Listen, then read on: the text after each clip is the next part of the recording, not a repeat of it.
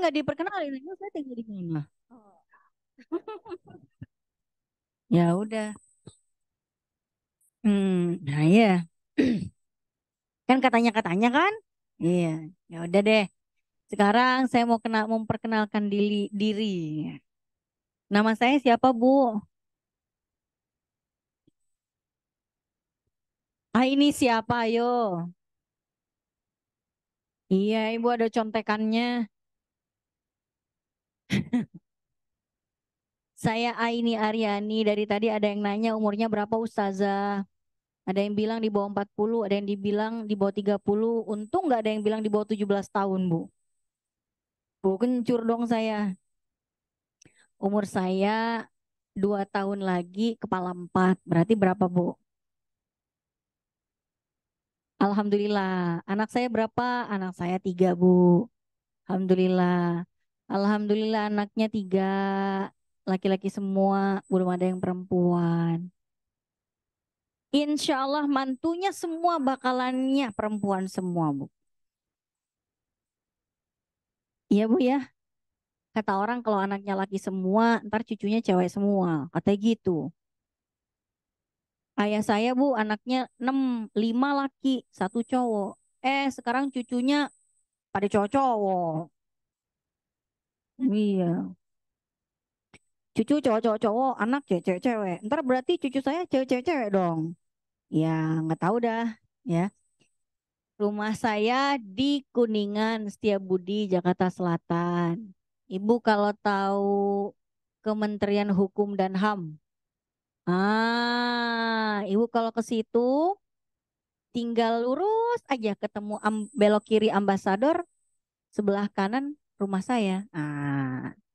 Ya di belakang Ambasador, ya di belakang Kemenkumham, ya di belakang Kedutaan Rusia. Pokoknya disitulah semuanya, Bu.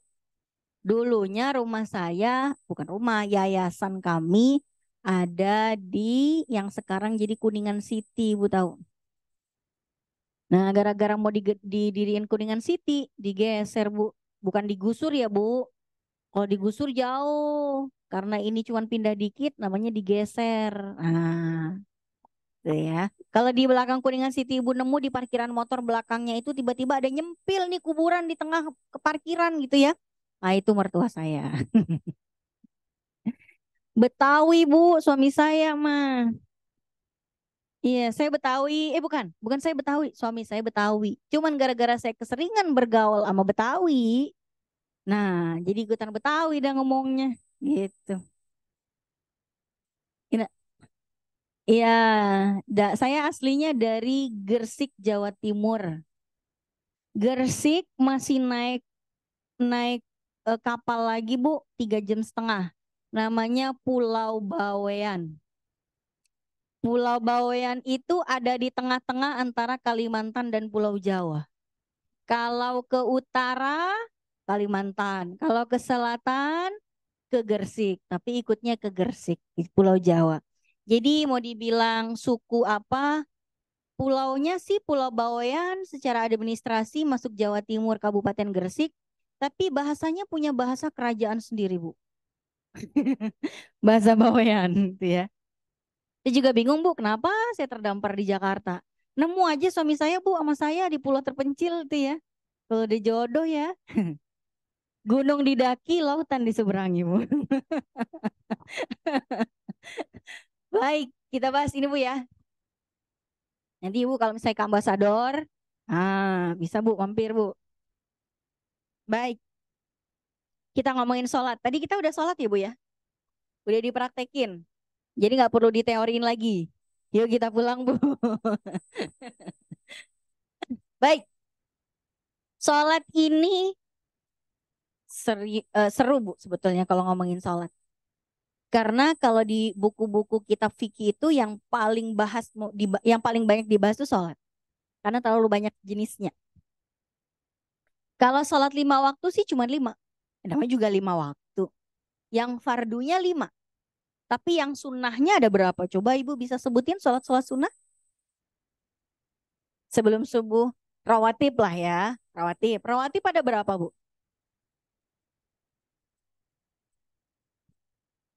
Ya udah, kita dari subuh ada qobliyahnya nggak? Ada qobliyah subuh. Ba'diyah ada? Nggak ada. Qobliyah zuhur? Ba'diyah zuhur? Qobliyah asar?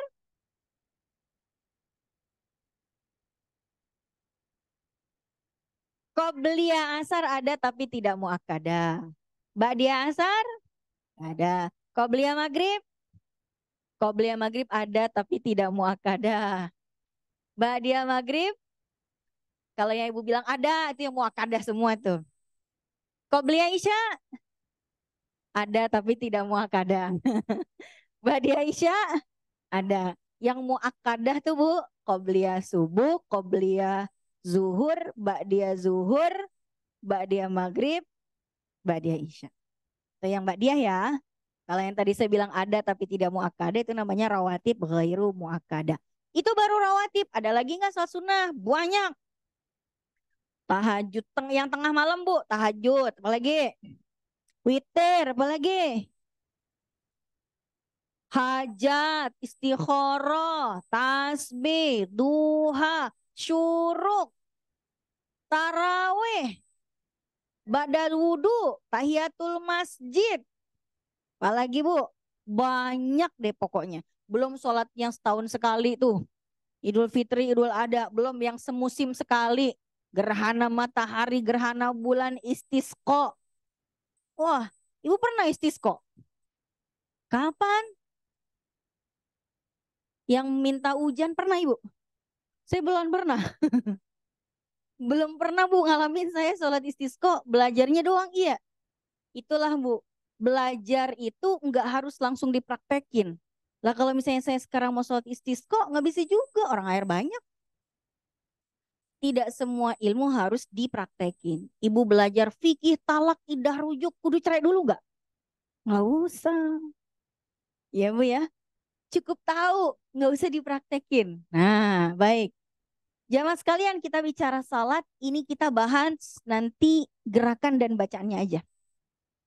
Kalau ibu mau bicara tentang salat di bab fikih salat Bu, ibu nanti akan bahas kenapa salat diwajibin, sejak kapan, apa hikmahnya, apa balasan orang yang nggak sholat, di neraka apa yang orang itu nggak sholat semua. Kemudian syaratnya apa, bagaimana cara menentukan waktu sholat, bagaimana cara menutup aurat, bagaimana cara menghadap kiblat, bla bla bla bla bla. Habis Bu, satu semester sendiri kuliahnya. Ya, belum lagi masuk sekarang ke rukunnya. Rukun sholat itu adalah gerakan dan bacaan yang wajib, nggak boleh di skip. Itu namanya rukun. Ya, nah nanti ada sunah-sunahnya. Sunah-sunah itu artinya gerakan dan bacaan yang dianjurkan kalaupun nggak dikerjain sholatnya tetap sah.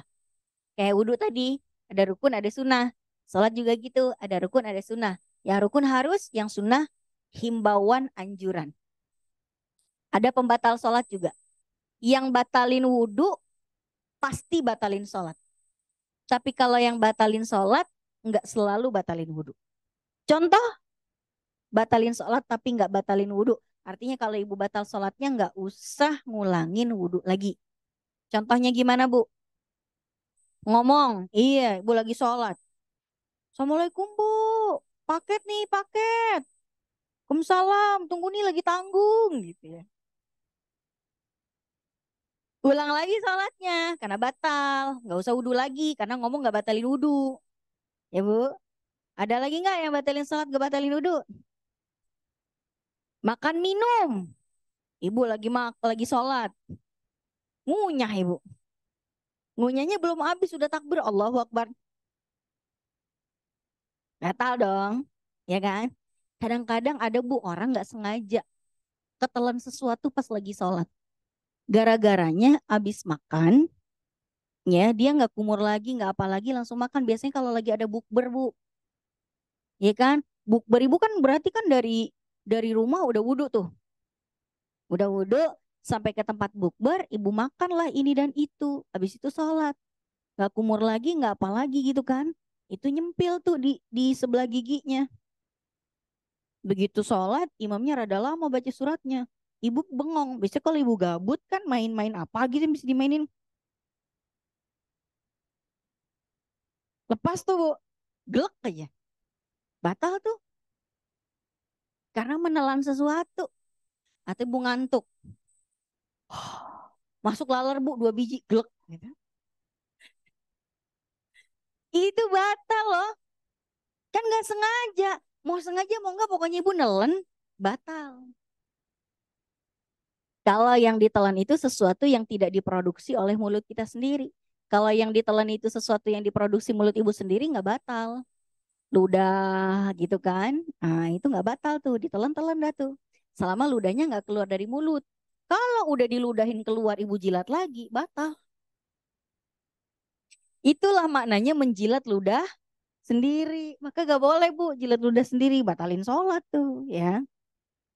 Atau menelan sesuatu yang tidak diproduksi oleh mulut tapi diproduksi oleh badan selain mulut. Ibu lagi sholat, tiba-tiba imamnya Masya Allah syahdu banget. Ibu terisak-isak, keluar air matanya. Masuk ke dalam mulut, batal bu. Asin. Gak boleh. Atau anak yang lagi ingusan tuh. Anak ingusan. Ditelan. Ah, geleh ya bu ya. Oke. Itu yang batalin sholat. Nanti juga kita akan bahas dosa-dosa atau konsekuensi bagi yang nggak sholat banyak bu. Sholat dalam perjalanan, jamak, qosor, sholat lihurmatil waktu, sholat di kendaraan, sholatnya orang sakit, tata cara sholat dalam kondisi duduk, tata cara sholat orang yang memakai kateter, yang pakai perban, bla bla bla bla. Panjang bicara sholat. Maka dijilid. Tapi saya angkat aja biar dia tahu saya lagi ngisi pengajian, biar aja bu. Nah, kalau tahu biasanya ditutup sendiri. Kalau cuma dimatiin ntar dia nelpon lagi biasa. Dah. Woi, lagi ngisi pengajian, tar dulu ya. Oke. Si dia, dikira saya masih pacaran, bu anak udah 3. Adik saya, ntar mendarat jam 5, saya kudu jemput. Oke, di Halim nanti bu. Nah, sampai mana bu tadi? Gimana? Jadi bicara tentang sholat itu memang sangat panjang sekali. Sholat ini, sholat itu, dan lain sebagainya banyak. Tapi kita akan khususkan bagaimana pelaksanaan dulu bu. Ini penting dulu nih. Kalau nanti ibu ada pertanyaan silakan aja. Hal yang tetap berkaitan dengan bersuci dengan sholat ya. Oke, kita bahas rukun dan gerakan dan bacaan yang wajib di dalam sholat. Next.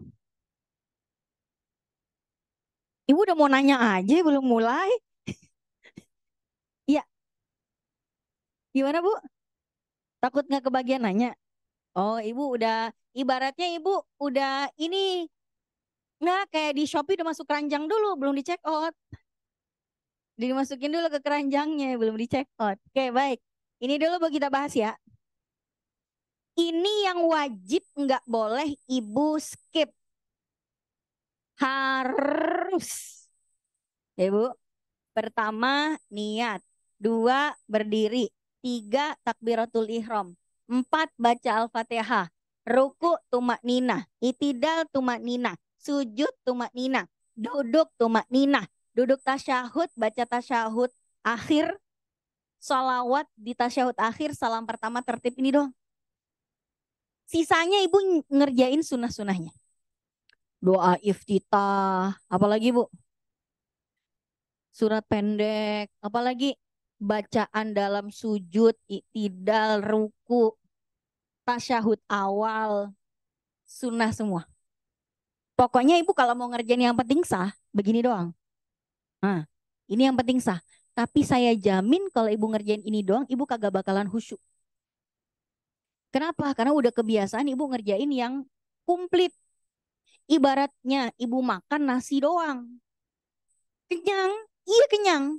Cuman rasanya hambar.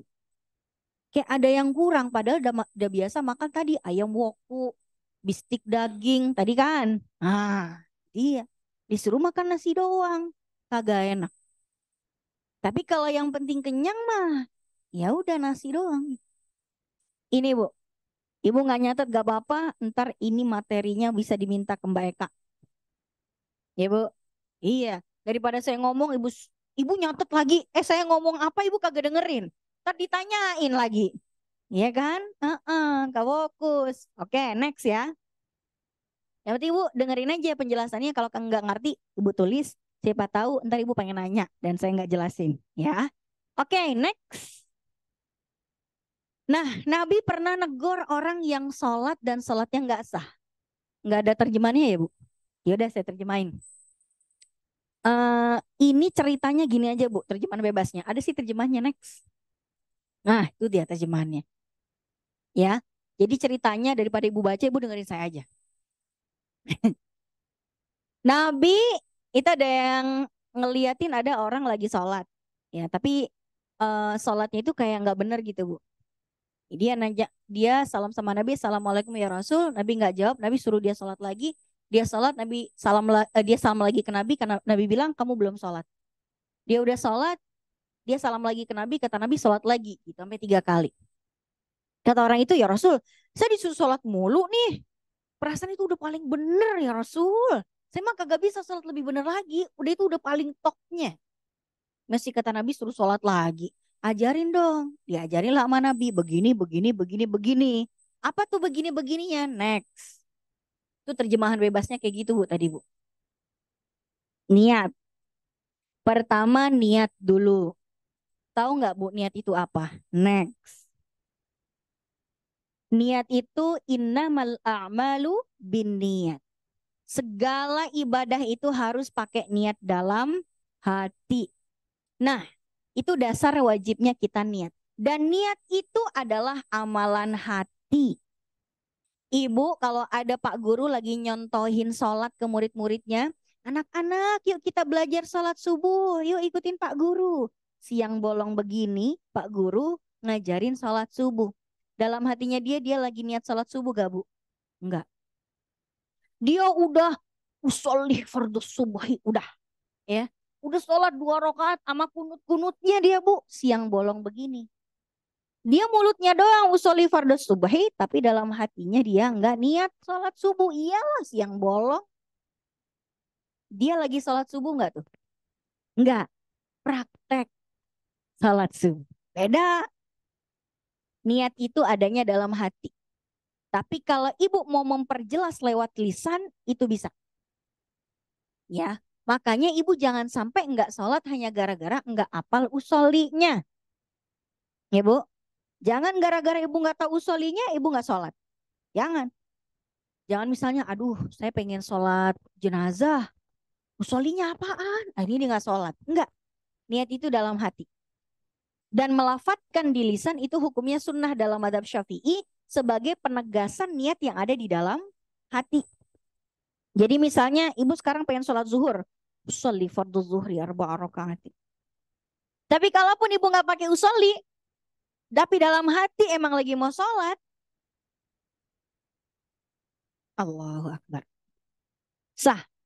Karena dalam hatinya udah, ya Allah ini saya mau sholat zuhur 4 rakaat nih, ngadep kiblat nih. Gitu. Kagak dilafatin dengan lisan. Tapi dalam hatinya dia ngomong begitu. Ya, itu sah. Sekarang pertanyaannya Bu, kalau ada orang niat sholat zuhur, tapi lisannya kepleset ngomong isya. Misalnya ya, jam segini nih, ibu mau sholat zuhur. Tapi dia sambil ngelamun. Sholli fardhu isya'i arba rakaat mustaqbilah qiblati ya lillahi ta'ala Allahu Akbar. Kenceng ngomongnya. Salah tapi.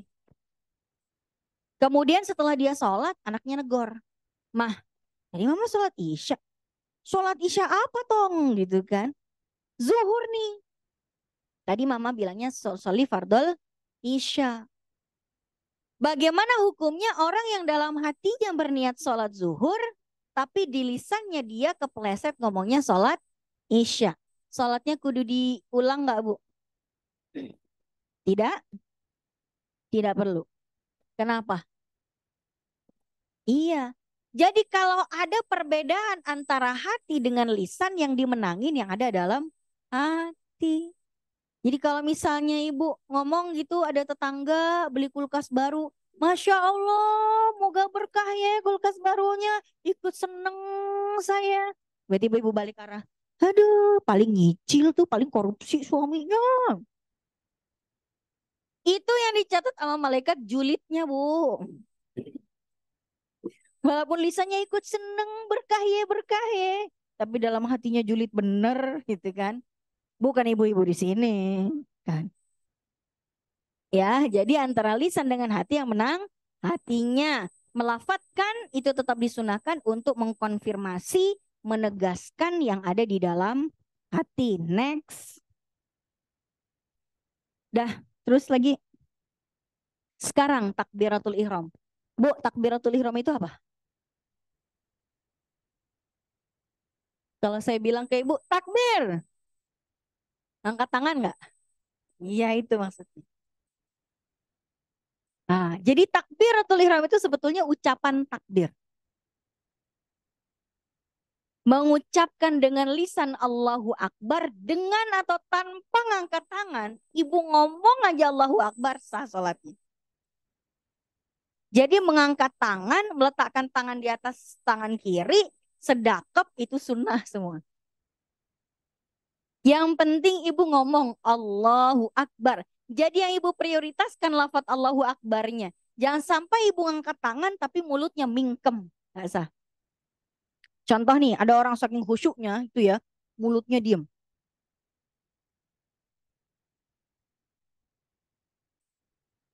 Gak sah dia. Mulutnya diem. Tapi kalau misalnya gini Bu, sah. Cuman saya jamin ibu gak akan khusyuk kalau begitu. Jadi misalnya nih,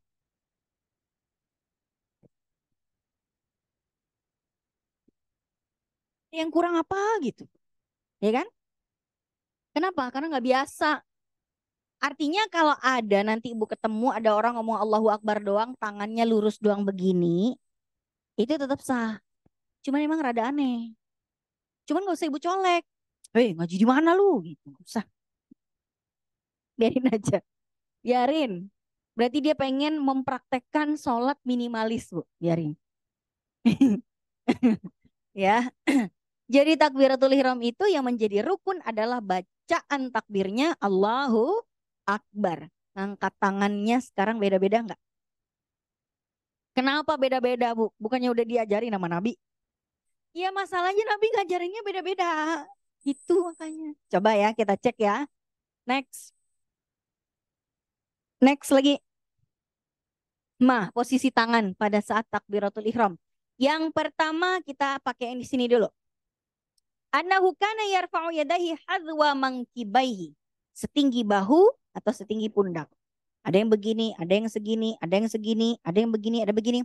Yang penting Bu, telapak tangannya ngadep ke kiblat ya, jangan begini. Apalagi begini-begini. Nggak. Ngadep kiblat. Segini atau segini atau segini, mau seleher, mau sepundak, mau sebahu, pokoknya di bawah kuping itu pakai hadis yang pertama. Sekarang yang ini.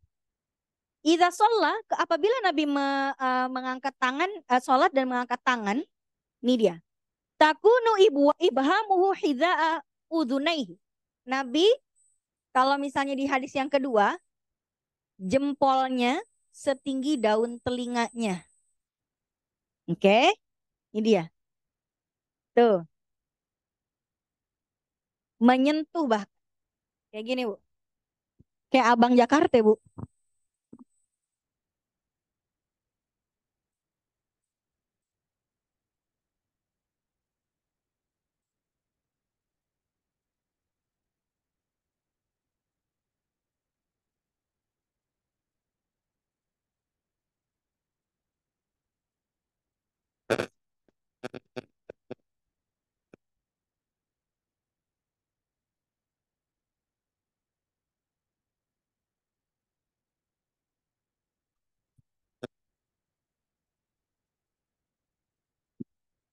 Yang manapun ibu biasanya ngangkat, ibu coba angkat sekarang. Biasanya nih sebelum tahu ini. Coba ibu angkat biasanya. Jangan begini, Bu. Itu masih ngadep kiblat lah. Kalau begini, Bu. Nah, gak sah itu. Itu kayak mau orang mau silat, Bu. It's okay itu. Tapi tidak sempurna aja. Tetap sah tapi tidak sempurna. Tuh, Ibu kebanyakan hadis yang pertama ya. Setinggi bahu ya Ibu ya. Kebanyakan ya. Ya udah, berarti pakai yang pertama. Ada yang megang ininya, kupingnya? Jarang ya? Iya, kebanyakan bapak-bapak. Kalau ibu-ibu gini ya. Sebetulnya ini nggak ngaruh mau bapak-bapak, ibu-ibu semuanya pakai ini. Nggak ada masalah, Bu. Ya. Pokoknya paling tinggi jempolnya sedih kuping. Jangan lebih tinggi lagi, Bu. Begini, Bu. Jangan. Tinggi banget begini, Bu. Oke, baik. Berikutnya lagi. Ini baru posisi tangannya. Next. Nah, pada saat kita takbiratul ihram mengangkat tangan, kita harus dalam posisi berdiri, Bu. Ya. Kalau kita mampu berdiri, kita belum ngomongin abis ini mau di tangannya mau dikemanain nih. Entar abis ini, Bu. Karena ini dalam kondisi berdiri kita begitu. Berdiri ini wajib dilakukan bagi yang mampu di dalam sholat fardu. Tapi tidak berlaku di dalam sholat sunnah. Dalam sholat sunnah walaupun ibu mampu berdiri dan ibu pengen sholatnya duduk tetap sah tapi pahalanya setengah. Ibu mampu kan berdiri? Misalnya sekarang nih, atau kapan lah misalnya mau ibu mau sholat duha. Aduh capek nih habis nyapu habis ngepel. Sholat duha sambil duduk. Boleh. Pahalanya setengah. Lah ngapain ibu setengah kalau bisa dapat satu? Giliran diskon aja pengen 100%. Ya kan? Kalau bisa dapat diskon 100%, ngapa milih yang 50%, Bu? Ya nggak? Iya dong. Oke, next. Dalilnya dari mana? Tenang, Bu. Saya simpen dalilnya habis ini. Tuh. Sholli qa'iman. Sholatlah kalian dalam keadaan berdiri. Ini sholat fardu maksudnya. Fa ilam tastati'. Kalau nggak bisa, fa qa'idan maka duduk. Fa ilam tastati' fa'ala janbin. Kalau nggak mampu duduk juga, maka sholatnya berbaring miring ngadep kiblat. Diganjel guling belakangnya. Kayak posisi mayit lagi dikubur. Kemudian, kalau sholat sunnah itu pakai hadis yang kedua. Man shallaka iman fahuwa afdal. Siapa yang sholat sunnah dalam keadaan berdiri itu yang paling afdal. Wa man shallaka qa'idan falahu nisfu ajril qa'im. Tapi siapa yang sholat sunnah dalam kondisi duduk padahal dia mampu berdiri, pahalanya setengah dibandingkan kalau dia sholat sunnahnya dengan berdiri. Tuh Bu, dua tuh hadisnya. Yang satu disuruh berdiri, yang kedua nggak apa-apa duduk. Ketika diteliti sama para ulama, oh ini yang pertama sholat fardu, yang kedua sholat sunnah. Ibu sholat raweh malam gitu ya. Tengah malam sholat raweh sendirian, mana pegel-pegel gitu ya ibu duduk. Duduk raweh, boleh, nggak apa-apa. Nggak masalah. Tapi setengah. Ibu udah sholat 8 rakaat atau 20 rakaat gitu ya. Ibu biasanya 8 apa 20? Ada yang 20, ada yang 20, ada yang 8. Nah udahlah sholatnya 8, duduk pula Bu 4 jadinya. Oke, next. Jangan Bu, duduk aja seperempat. Kagak ada di situ tulisannya. Kalau nggak bisa duduk baru berbaring. Tapi kalau bisa duduk jangan berbaring. Tuh ya.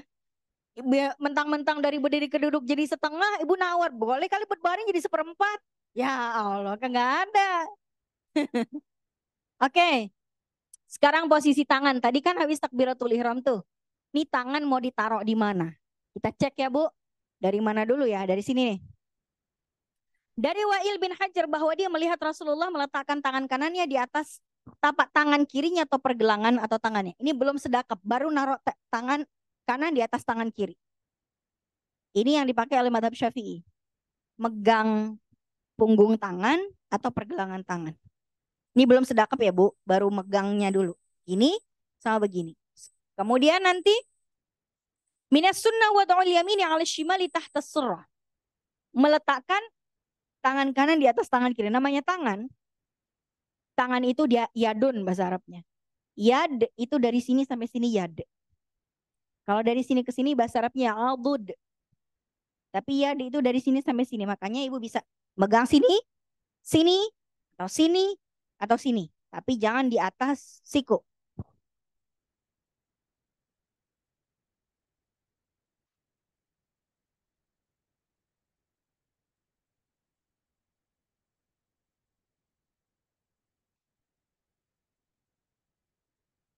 Oke, baik. Kemudian dari Sa'd al-Hujair, saya bersama Rasulullah, beliau meletakkan kedua tangannya di dekat dada, yang ditafsirkan di dekat dada bukan di atas dada, tapi di dekat dada artinya dekat dengan dada. Di antara dada dan pusar tapi lebih dekat ke dada. Bukan di atas dada ya, Bu. Kemudian bagaimana yang di atas dada itu bukan pendapat dari 4 mazhab. Paling sana. Riwayat menyebutkan bahwa beliau melarang meletakkan kedua tangan persis di atas dada, justru dilarang di dalam 4 mazhab. Jadi kalau di Hanafi sedekapnya di bawah pusar.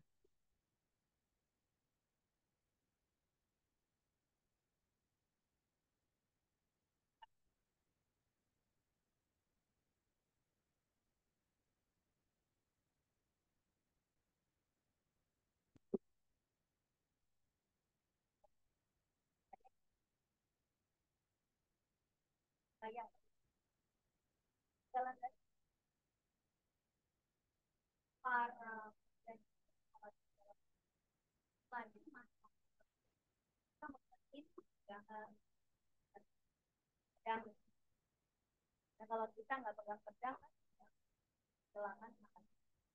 Kalau di sini pegang begini.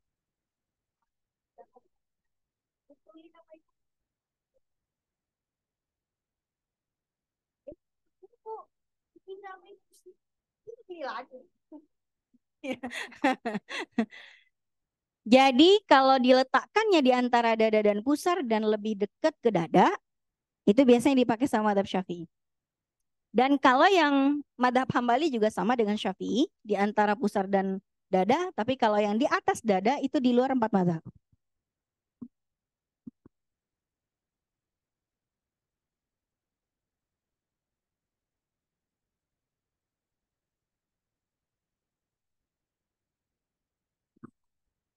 Bu, saya lebih senang nonton bola daripada drakor.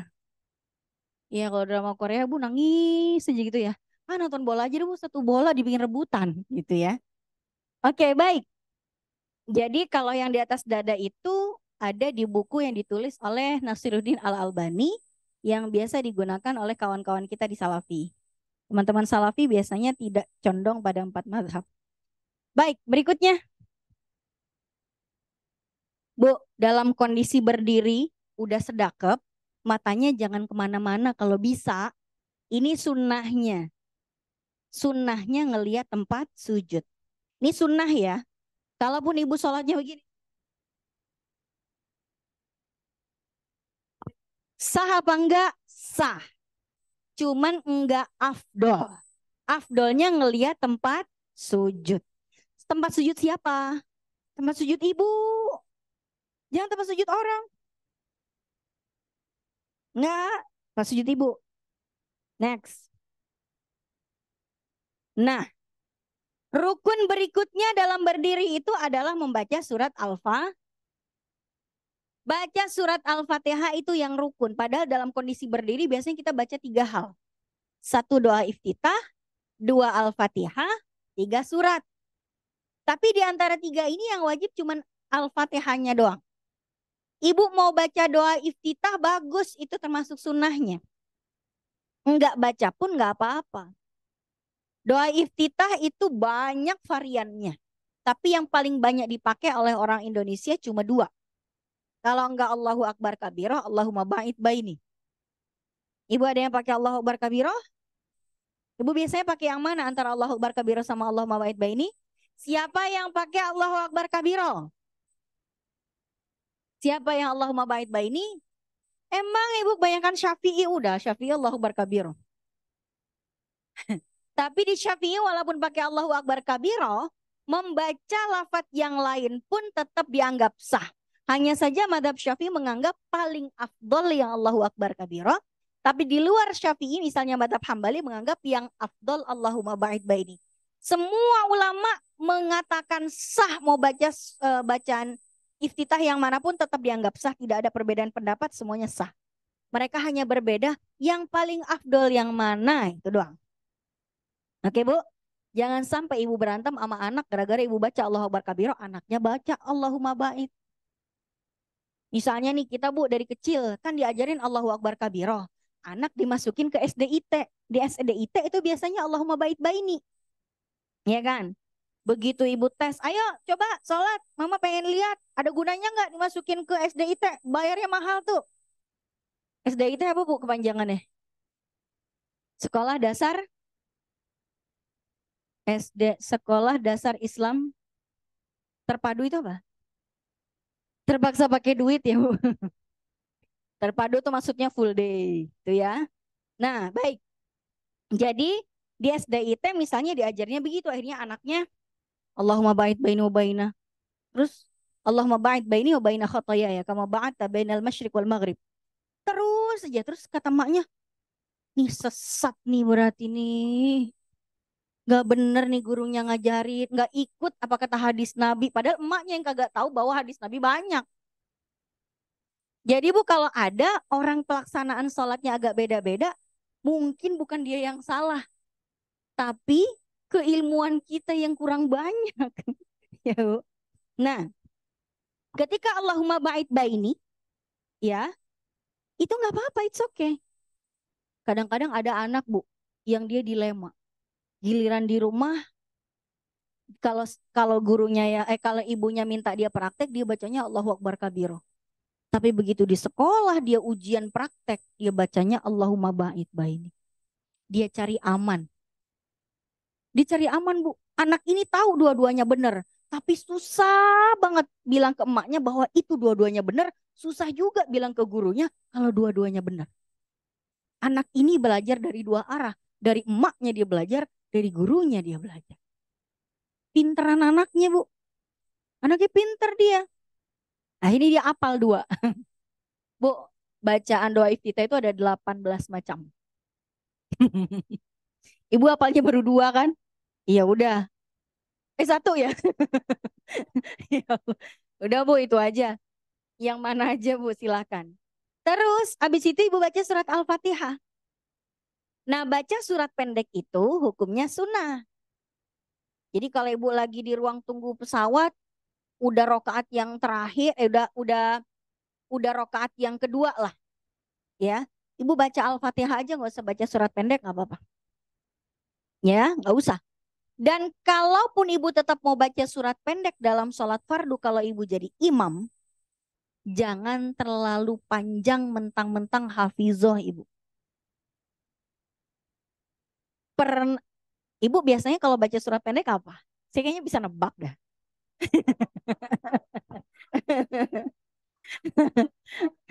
Paling cool lagi kan? Kul wallahu ahad. Kadang-kadang ada ibu nyoba-nyoba dah.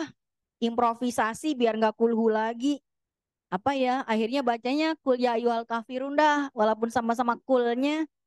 Surprise tuh malaikat Bu. Wih, kul ya ayyuhal kafirun. Udah keburu nyatet kul wallahu ahad ibu. Di-delete lagi sama dia. Akhirnya kul ya ayyuhal kafirun. Gara-gara jarang dibaca, ibu kagak ketemu ayat terakhirnya. Wala antum abiduna ma'bud wala ana abidu ma'batum wala antum abiduna ma'bud wala ana abidu ma'batum wala antum abiduna. Lupa tuh ibu ayat terakhirnya. Habis itu habis bengong sendiri, bengong sendiri. Bismillahirrahmanirrahim. Qul huwallahu ahad, Allahu somad. Ujung-ujungnya qul huwallahu ahad juga. Jadi nggak apa-apa Bu, nggak apa-apa. Udah qul huwallahu ahad aja udah. Ya nggak apa-apa. Daripada enggak Bu, daripada enggak. Tapi kalau ibu mau improvisasi boleh. Dan minimal baca surat pendek itu satu ayat minimal. Sesekali boleh lah ibu misalnya Alif Lam Mim. Oh, surprise tuh malaikat. Alif Lam Mim. Allahu Akbar. Kan udah satu ayat. Itu masih mending 3 huruf. Wah, ada yang lebih pendek. Rokat yang kedua, Yasin. Allahu Akbar. Bangun lagi ibu sholat tahajud 2 rakaat lagi nambah. Satu ayat lagi. Nun.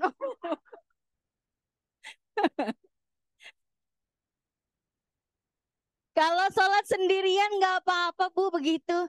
Jangan pas jadi imam, imamnya sholat maghrib yang kudu dikencengin.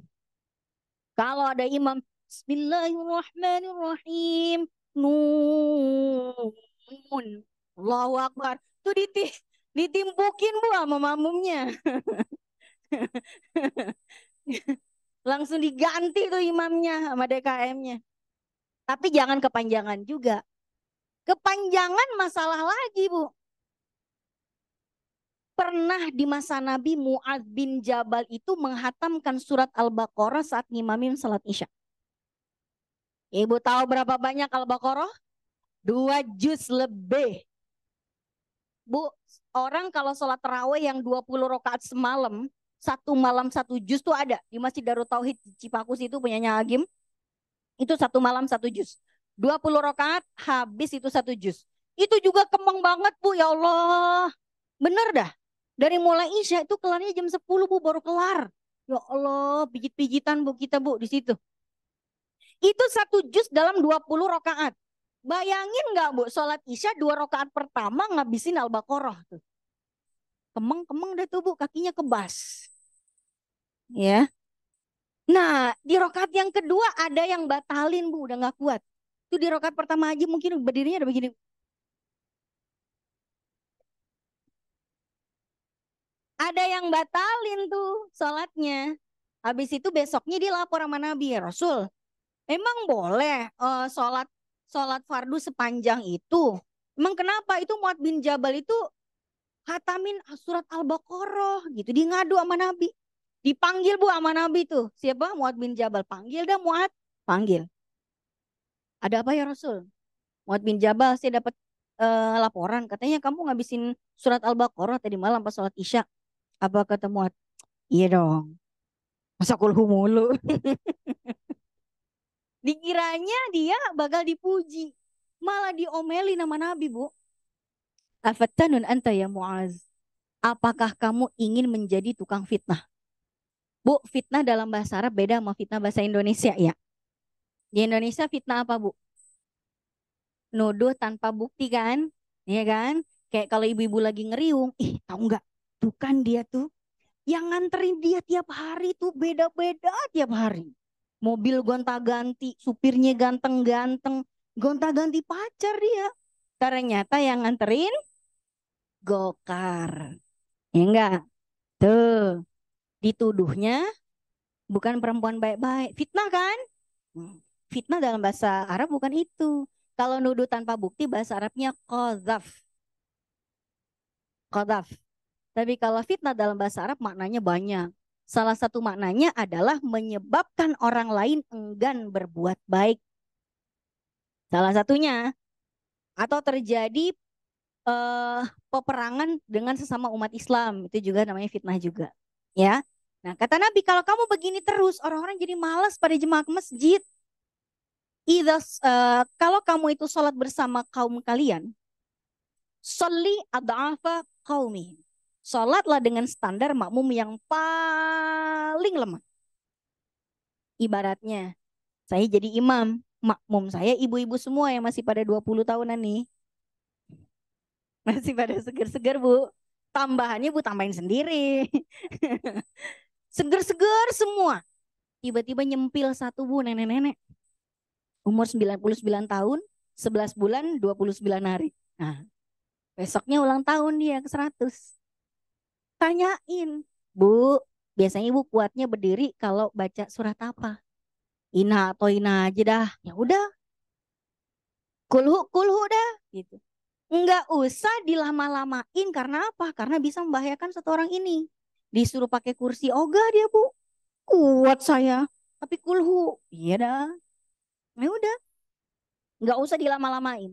Maka enggak jangan dibiasakan terlalu banyak. Paling banyak 50 ayat itu udah banyak banget. Itu juga udah kemeng Bu kaki Bu. Ya, 50 ayat. Belum ayatnya panjang-panjang lagi kan. Udah maksimal 50 aja. Jangan Ibu jadikan ajang murojaah apalan. Jangan. Dia mentang-mentang apal terus aja dapat 3 juz. Ibu lihat ke belakang, udah habis orang tuh.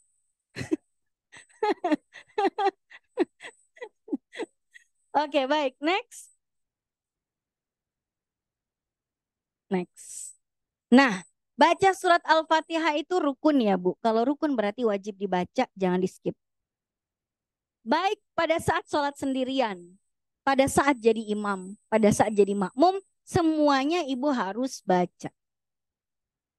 Jamaah atau sendirian baca. Jadi makmum baca, jadi imam baca. Pertanyaannya kadang gini, kalau kita jadi makmum baca Al-Fatihahnya kapan? Nah, begitu imam baca waladhdallin. Amin. Imam baca surat kan, ibu baca Al-Fatihah. Itu cara yang pertama. Tapi kadang-kadang ada makmum nggak bisa baca Al-Fatihah gara-gara imamnya baca surat kesukaannya dia. Bawaannya si makmum pengen ngikutin bacanya imam. Kita bilang Bismillahirrahmanirrahim. Alhamdulillahirabbil alamin. Qul huwallahu ahad. Ar-Rahmanirrahim. Allahu somad. Ah,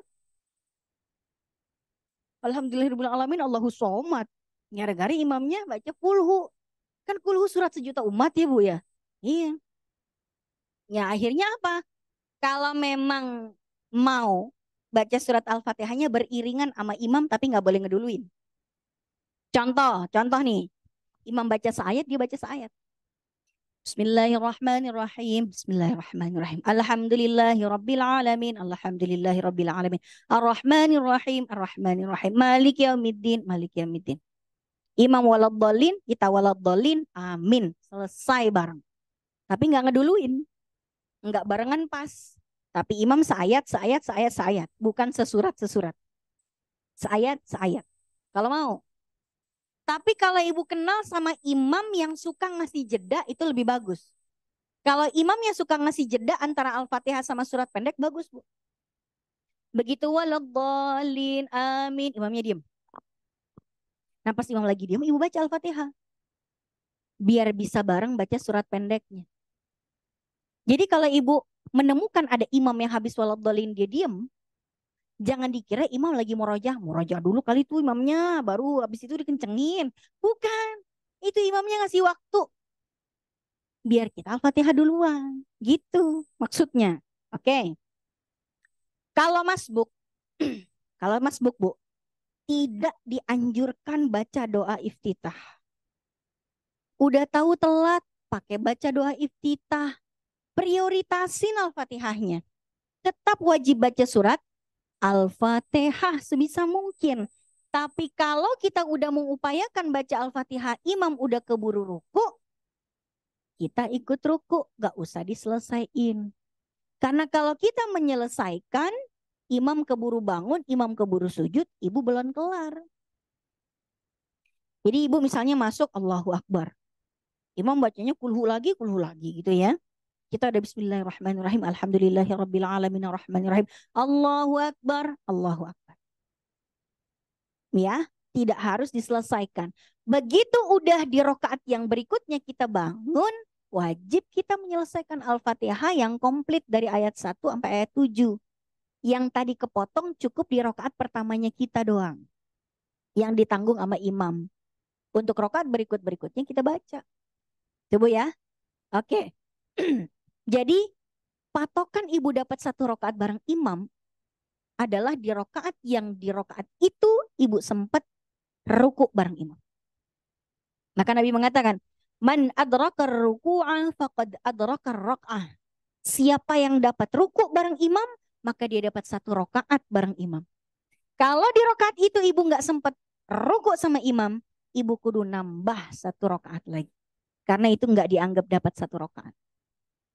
Begitu imam, ibu misalnya imam udah ruku, ibu baru Allahu Akbar. Imam i'tidal, ya kan? Habis itu Allahu Akbar, ibu langsung sujud, nggak sempat ruku bareng imam. Itu tadi baru permulaan, baru briefing tuh. Belum dapat satu rokaat. Ya, baik. Berikutnya. Dalil membaca Al-Fatihah banyak. Nabi membaca Al-Fatihah dan surat di dua rokaat pertama dan hanya membaca Al-Fatihah saja di dua rokaat yang terakhir. Jadi surat itu bisa dibacanya dua rokaat pertama aja. Tapi Al-Fatihah di semua rokaat. Sholat tidak sah tanpa membaca Ummul Quran.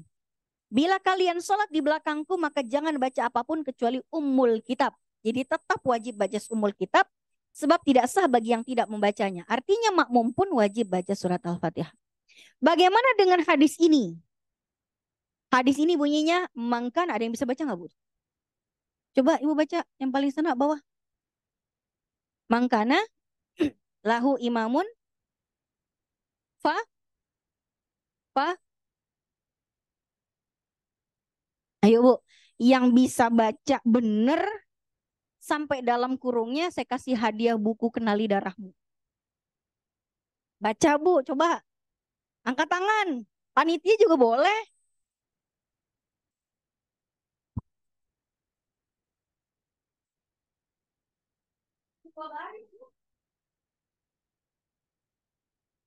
Iya nggak ada harokatnya makanya saya suruh baca. Kalau ada harokatnya ngapa saya suruh baca? Ayo Bu angkat tangan. Siapa yang mau Bu? Ya silakan. Nggak apa-apa salah kagak dihukum.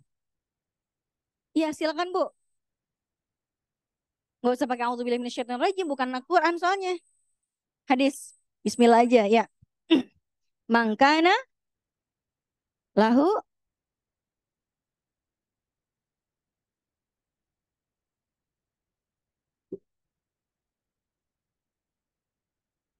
Oke. Baik Kak, mau coba? Silakan. Ya silakan panitia. Mangkana lahu imamun. Fa-nya gimana? Gimana? Baik Kak, apa beliau nih? Iya ada beliau. Fakroatul imam. Terus fakiroah. Fakiroatul imam. Ma. Mi. Mu.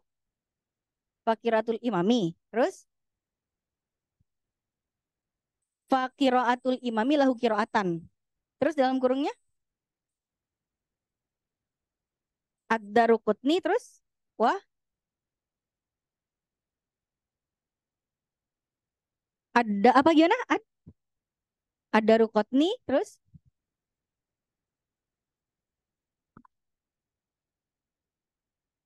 wah wada'afahu. Nilainya 99,8. Ada. Bukan makrojnya, harokatnya. Ada satu yang salah. Ada dua. Ada 1,5 deh.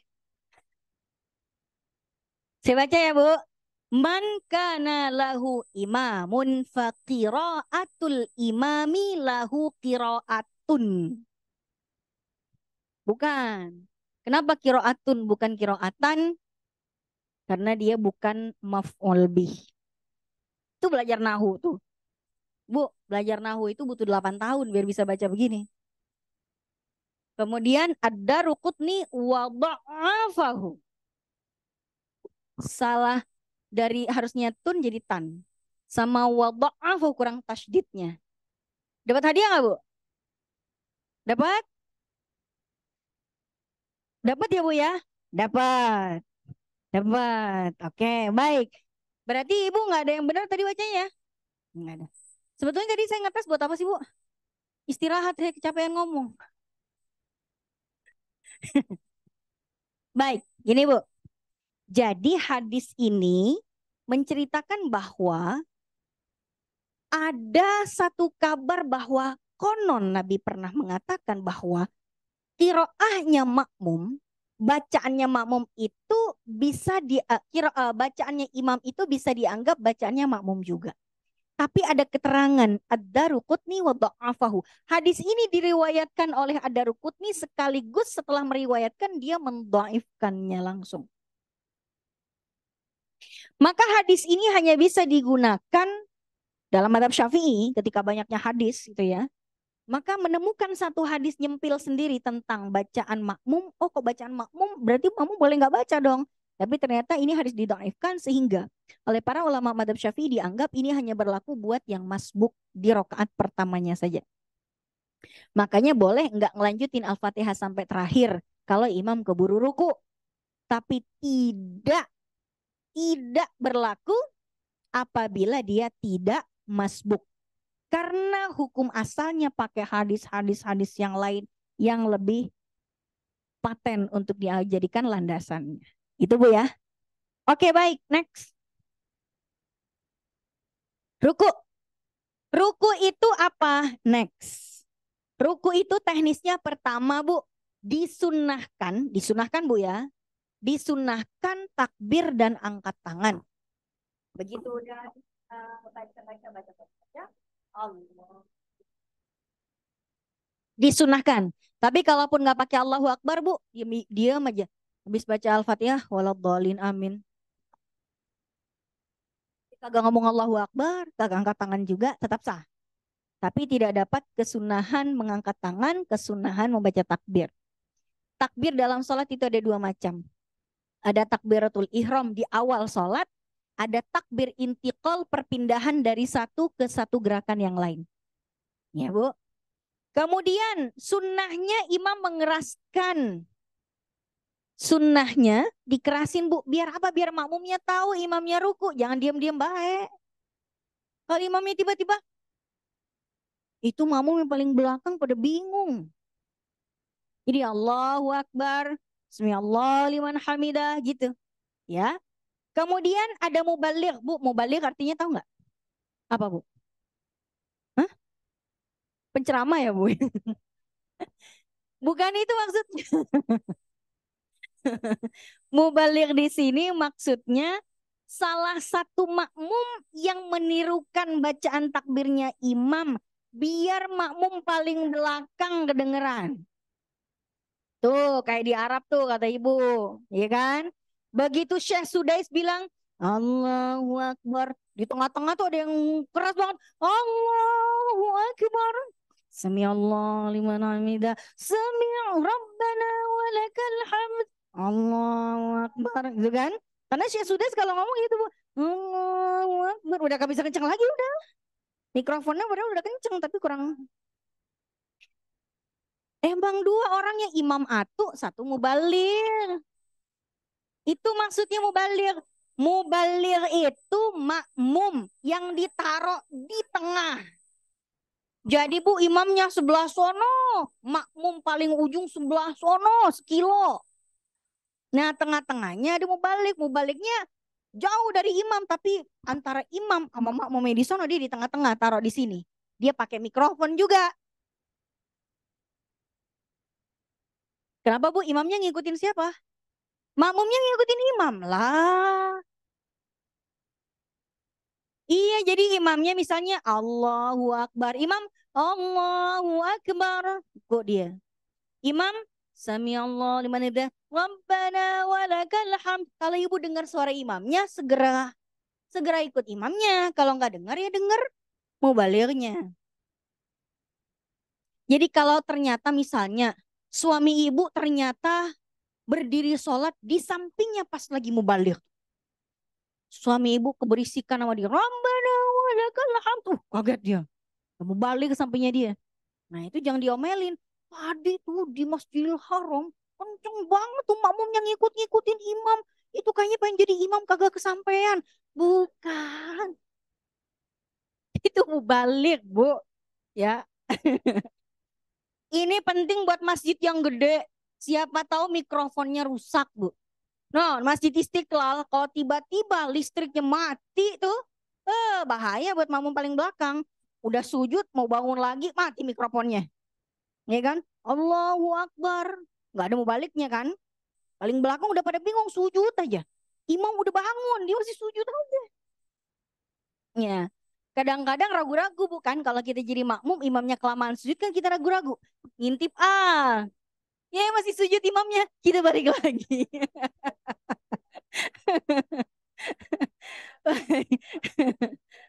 Baik, ini mau balik itu maksudnya ya. Tumak nina. Ruku itu wajib, jib tumak nina. Apa itu tumak nina? Berdiam sebentar beberapa detik. Jadi habis ibu ruku, jangan langsung bangun. Ruku diam dulu beberapa detik. Makanya kita disunnahkan baca doa di dalam ruku biar memastikan kita udah tumakninah. Bacaannya apa? Subhana rabbiyal azimi wa bihamdi. Itu 5 detik aja. Subhana rabbiyal azimi wa bihamdi. 5 detik aja ibu ruku nggak baca apa-apaan tetap sah. Tapi sunnahnya dibaca daripada bengong doang bu. Misalnya ibu ruku nih ya. Allahu Akbar. Dia aja ngitungin dalam hati. 1, 2, 3. Sah sih. Tapi daripada ngitungin begitu doang ngapain?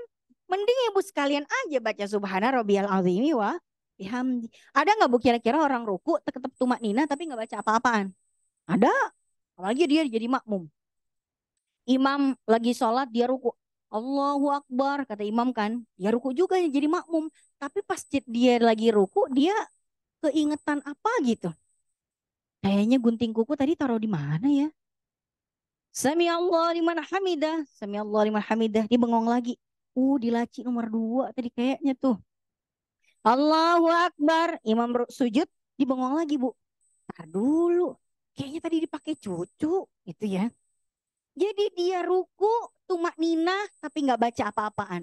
I'tidal begitu lagi, sujud gitu lagi. Sah nggak? Sah. Dia udah gerak ruku, dia gerak i'tidal, dia gerak sujud, dan tumak ninah semuanya. Tapi nggak baca apa-apapun. Kalau dibilang sah, tetap sah. Tapi nggak dapat sunnahnya membaca tasbih di semua gerakan itu. Ya bu? Oh berarti boleh dong. Terus ibu habis ini praktekin sholat kayak begitu. Bukan, ini kan kita mau nyari tahu yang tetap sah kayak gitu. Tapi afdolnya tetap baca. Ya Bu ya. Nah, dan ruku itu menjadi batas dihitungnya rokaat bareng imam. Tadi udah saya bacain. Ada rokaat ruku, pokoknya ada rokaat rokah. Udah ya, next. Next. Nah, sekarang. Posisi minimalnya, minimal menunduk tanpa diangkat dadanya dengan tangan mungkin dan tangan mungkin untuk memegang lutut. Kalau bisa Bu, tangannya dipegangin begini. Ibu ada yang bisa saya liatin nggak prakteknya? Ada volunteer yang mau praktek nggak Bu? Baik Kak, boleh dong Baik Kak. Kita cari yang termuda di ruangan ini sepertinya Mbak Eka.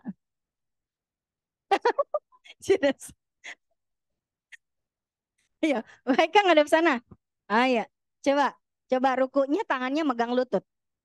Nah, ini Bu rata dengan sempurna. Ini Bu lauk-lauk di restoran Padang disusun di sini bisa tuh. Nggak jatuh karena rata. Nah, yang nggak boleh itu kalau dadanya di giniin. Diangkat nggak boleh, jangan. Bukan. Nah, jangan begini dan jangan dangak. Iya, begini. Kalau dangak begini, Bu. Nah, coba dangak, Mbak. Nah, begitu. Nah, kagak, nggak begitu. Nah, ya kalau kurang, pokoknya standarnya, makasih Mbak Eka. Pokoknya diupayakan kalau kan kita nggak mungkin sholat tiap hari pasangin cermin. Ngintip dulu. Nggak mungkin. Minimal kita sudah bisa mengira-ngira dengan tidak menunduk terlalu tunduk atau tidak mendangak dan tangan kita ditaruh di lutut. Udah diupayain begitu, insya Allah udah tuh. Idealnya membentuk sudut 90 derajat. Nih ya Bu, tuh ya. Susah bentuk 90 derajatnya susah, kan ada perut Bu. Ya kan? Perutnya kudu ditahan dulu. Itu kan susah. Tangan di lutut dan jari direnggangkan. Kemudian ketiak direnggangkan bagi laki-laki dan perempuan tidak. Bapak-bapak biasanya lututnya, mohon maaf ya Bu ya. Gini, kalau perempuan sunnahnya tidak direnggangkan seperti ini.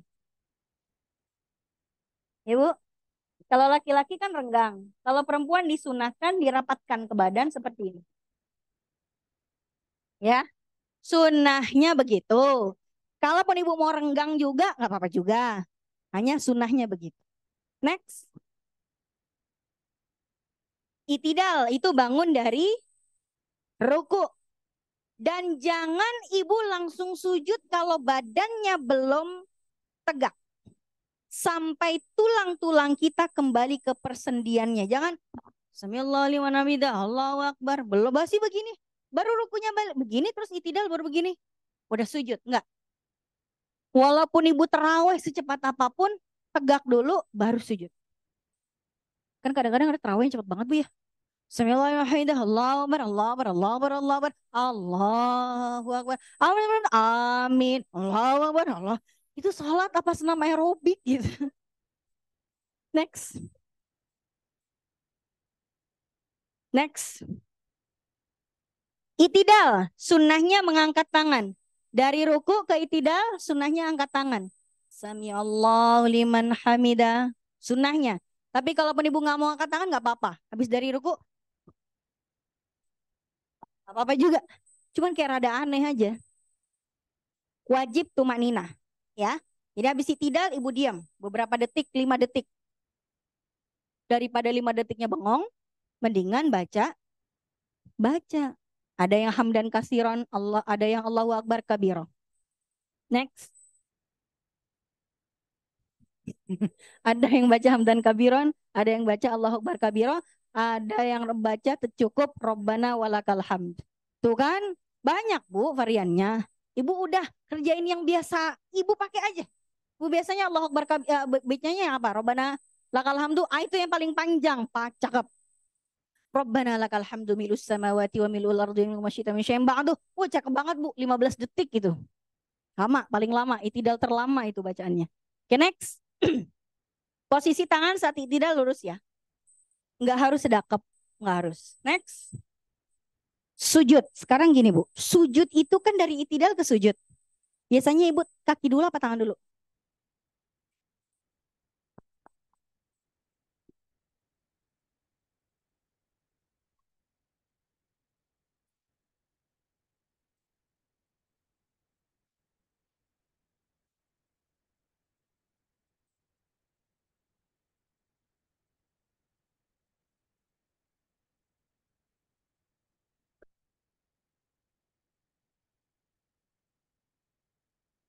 Yang tangan dulu siapa Bu? Yang tangan dulu. Satu. Lupa Ibu. Ibu lupa.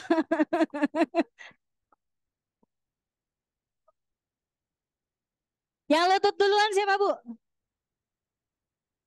Saya mau nanya yang tangan duluan itu bukan karena asam urat kan Bu? Oh ya udah. Ya udah. Ibu mau tangan duluan, Nabi pernah. Ibu mau lutut duluan, Nabi juga pernah. Yang penting jangan jidat duluan.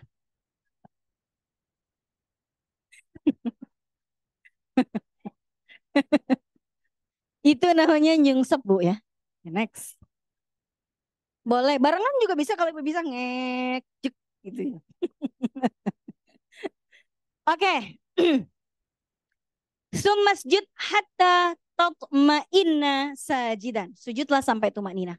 Kemudian next. Sekarang pelaksanaan sujud. Ada yang bisa baca nggak Bu? Udah nggak usah, ntar habis waktunya Bu. Ya udah artinya aja. Rasulullah kata Ibnu Abbas menyuruh aku untuk sujud di 7 anggota tubuh. Kedua tangan, kedua lutut, kedua ujung jari dan kening. 7 ya Bu. Ibu pernah dengar nggak ada yang bilang hidung kudu kena? Iya kan? Hadisnya pakai apa itu Bu? Itu nggak ada tuh hidung. Tenang Bu, hadis tentang sujud bukan cuman atu. Ini kan cuman saya jelasin satu hadis doang. Hadisnya banyak. Ada satu hadis bunyinya gini. Nabi pernah bilang gini. Umir tu an asjuda ala sab'ati a'zum. Aku diperintahkan untuk sujud dengan meletakkan 7 anggota tubuh di atas alas sujud. Al-ula yang pertama al-jabhah kata Nabi. Wa asyara asbi'ahu ala udhunihi. Ketika Nabi bilang yang pertama adalah kening. Dan Nabi nunjuknya nih, kening nomor 1 kata Nabi. Cuma Nabi nunjuk keningnya kayak begini. Dan jarinya Nabi nyenggol hidung. Akhirnya orang yang ada di sampingnya Nabi meriwayatkan hadis. Nabi meletakkan jarinya kena hidung. Ditafsirkanlah oleh beberapa kalangan, oh berarti hidung kudu kena. Coba kalau Nabi megang keningnya nggak begini, tapi begini Bu. Yang pertama kening. Ya kalau Nabi bilangnya gini kan nggak kena hidung. Pasti Nabi begini. Yang di sampingnya Nabi meriwayatkan Nabi kena hidung tuh jarinya. Ditafsirkan oh berarti kudu kena kening sama hidung kata gitu. Maka adalah satu pendapat yang mewajibkan hidung kudu kena. Tapi kebanyakan tidak mewajibkan. Kenapa? Karena yang Nabi sebut cuma 7 anggota tubuh, seandainya hidung juga kena harusnya 8. Maka kesimpulannya adalah kalau hidung enggak kena tetap sah, tapi kalau hidungnya kena itu lebih bagus, mirip persis kayak sujudnya Nabi, karena kalau Nabi sujud hidungnya pasti kena. Nah, mancung. Iya. Jadi, alhamdulillah hidung itu nggak wajib kena, Bu. Betapa menderitanya orang yang hidungnya. Iya. Ibu mancung tuh. Mancung punya ibu punya mancung. Bu kalau orang hidungnya nggak mancung pakai kacamata, dia nggak bisa Bu nopang. Jatuh mulu kacamatanya. Oke, jadi hidung itu nggak harus boleh nggak kena, tapi kalau kena berarti lebih nyunah biar kayak Nabi banget. Hidungnya Nabi mancung, Bu. Iya, Bu. Iya.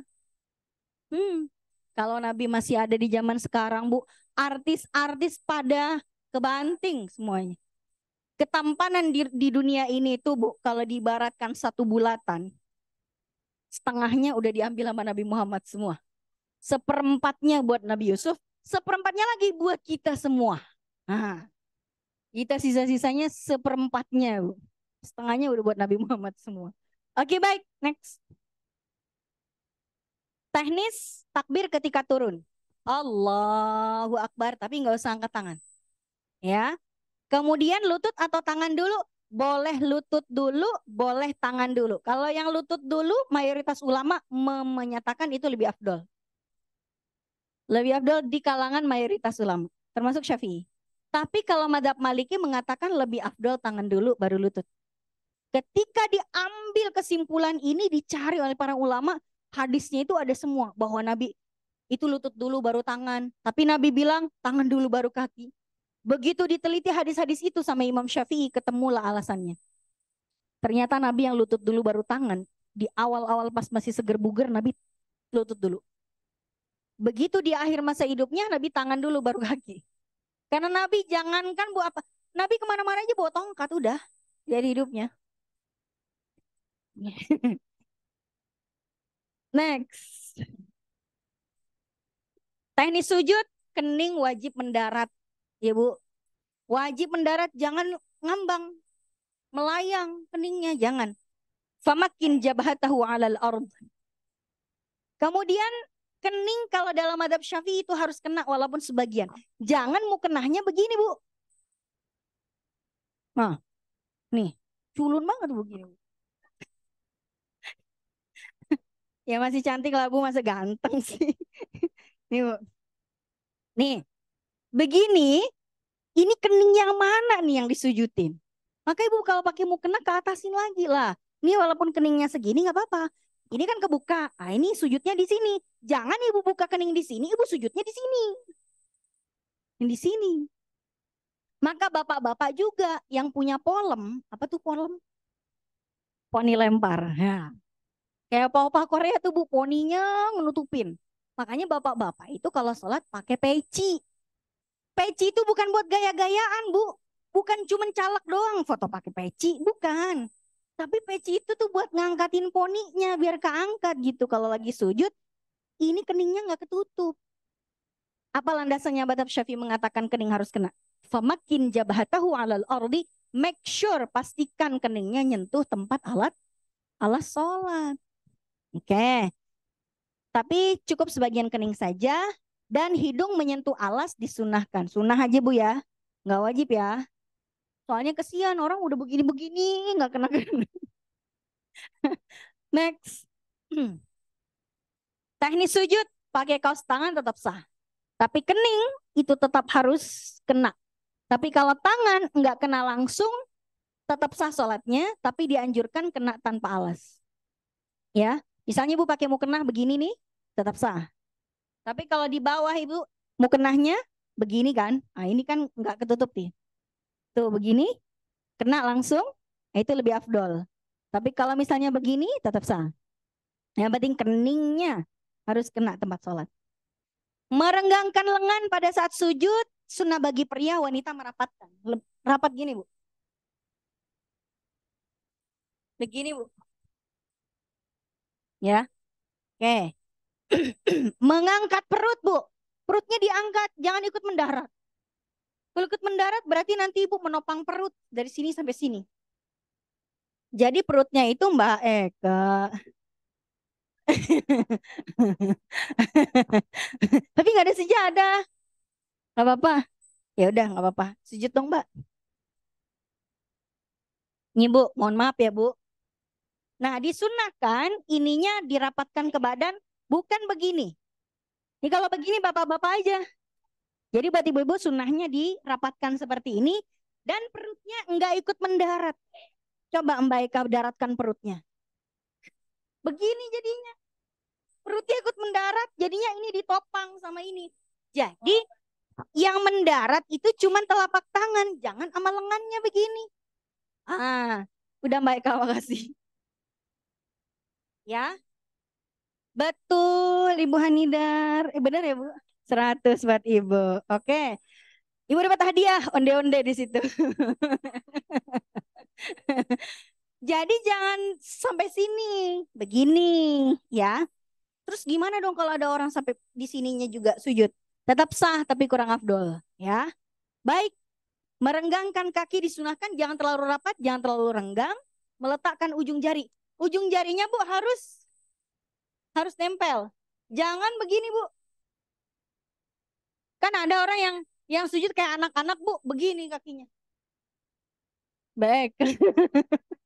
Sekarang Mbak Eka ke sana. Sana. Gak apa-apa Bu, pahalanya banyak Mbak Eka. Yuk, yuk. Nah, kadang-kadang anak-anak nih Bu. Ini kan nempel. Ada anak-anak yang begini Bu. Nah, gantung tuh. Gak boleh. Jadi harus begini. Ya, mepet. Makasih Mbak. Gitu. Karena kan harus 7 anggota tubuh. Kalau dia kagak mendarat, cuma 5. Ya. Oke, baik. Next. Merenggangan kaki setidak-tidaknya 2 jengkal ya Bu. 2 jengkal begini atau 1 sampai 2. 1.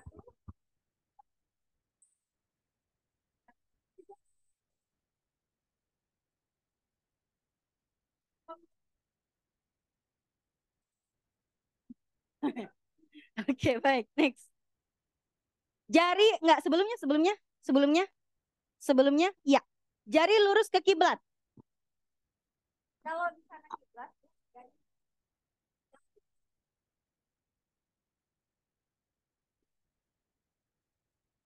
terus rendahkan makan kalau udah benar-benar. Next. Merapatkan jari tangan pada saat sujud kan pintu. Kemudian dia jadi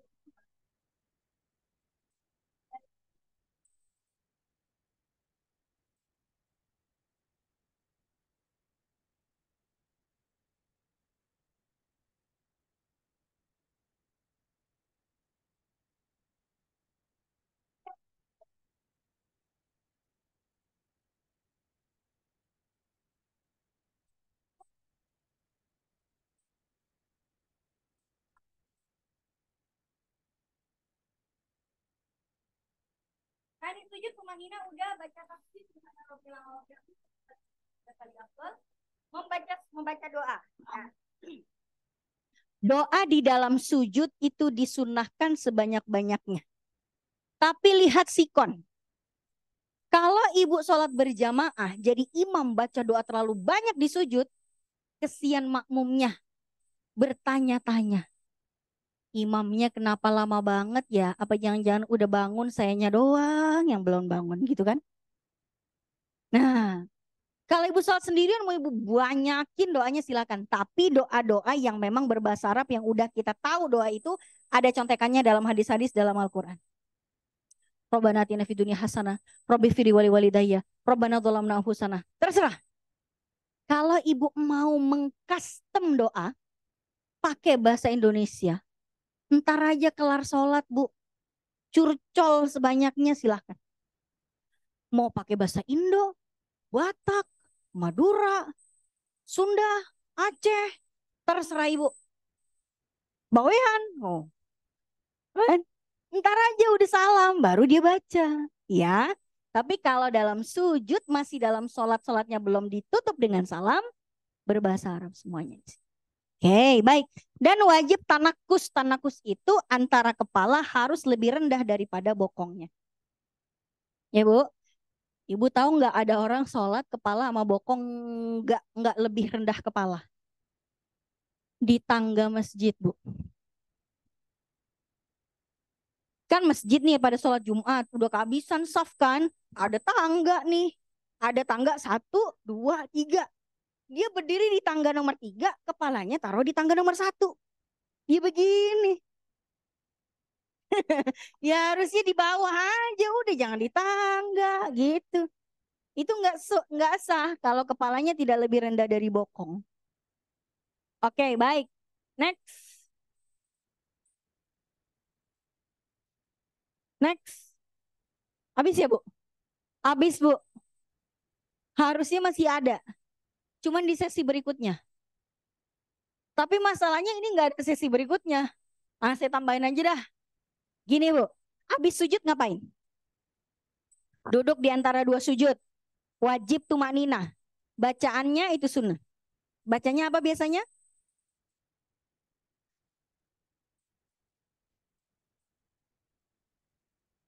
Itu bukan pantun loh, Bu. Ni semua. Enggak. Jangan. Robbi firli warhamni. Cakep. Gue jemur nih. Enggak. Itu ada 8 poin yang ibu doa di situ. Belum kelar sholatnya udah banyak doanya. Rabbil firli ya Allah, ampunilah dosa-dosa saya. Warhamni ya Allah, berilah aku kasih sayang dan cintamu. Berikanlah aku rahmatmu. Ibu tahu rahmat nggak? Tetangga. Bukan. Kasih sayang Allah, Bu. Ibu kalau disayang sama suami, ibu minta apapun dikasih. Jangankan cuma duit, ATM sama PIN-nya dikasih, Bu. Tapi saldonya kosong.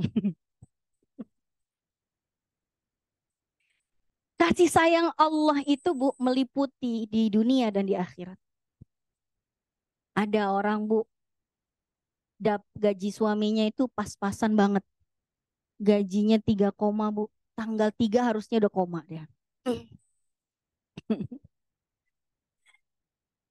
Tapi gara-gara dapat kasih sayangnya Allah nggak gitu gimana caranya. Sampai akhir bulan Bu cukup. Kagak ada ngutang dia. Itu kasih sayang tuh Bu dari Allah. Istrinya kalem, suaminya nggak bisa kalem-kalem.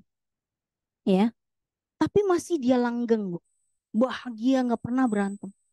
Padahal suaminya nggak bisa ngomong pelan tuh. Istriku itu lampunya tolong dibunuh.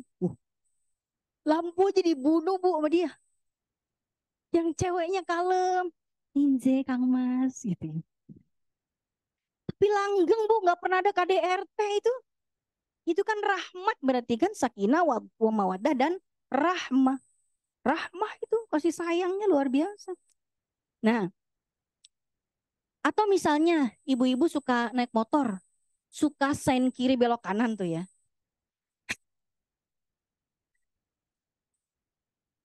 Harusnya tuh Bu ditabrak di jalan tuh Bu. Cuman nggak tahu gimana ibu-ibu yang suka begitu selamat aja tuh Bu hidupnya. Tuh jangan-jangan rahmat juga itu.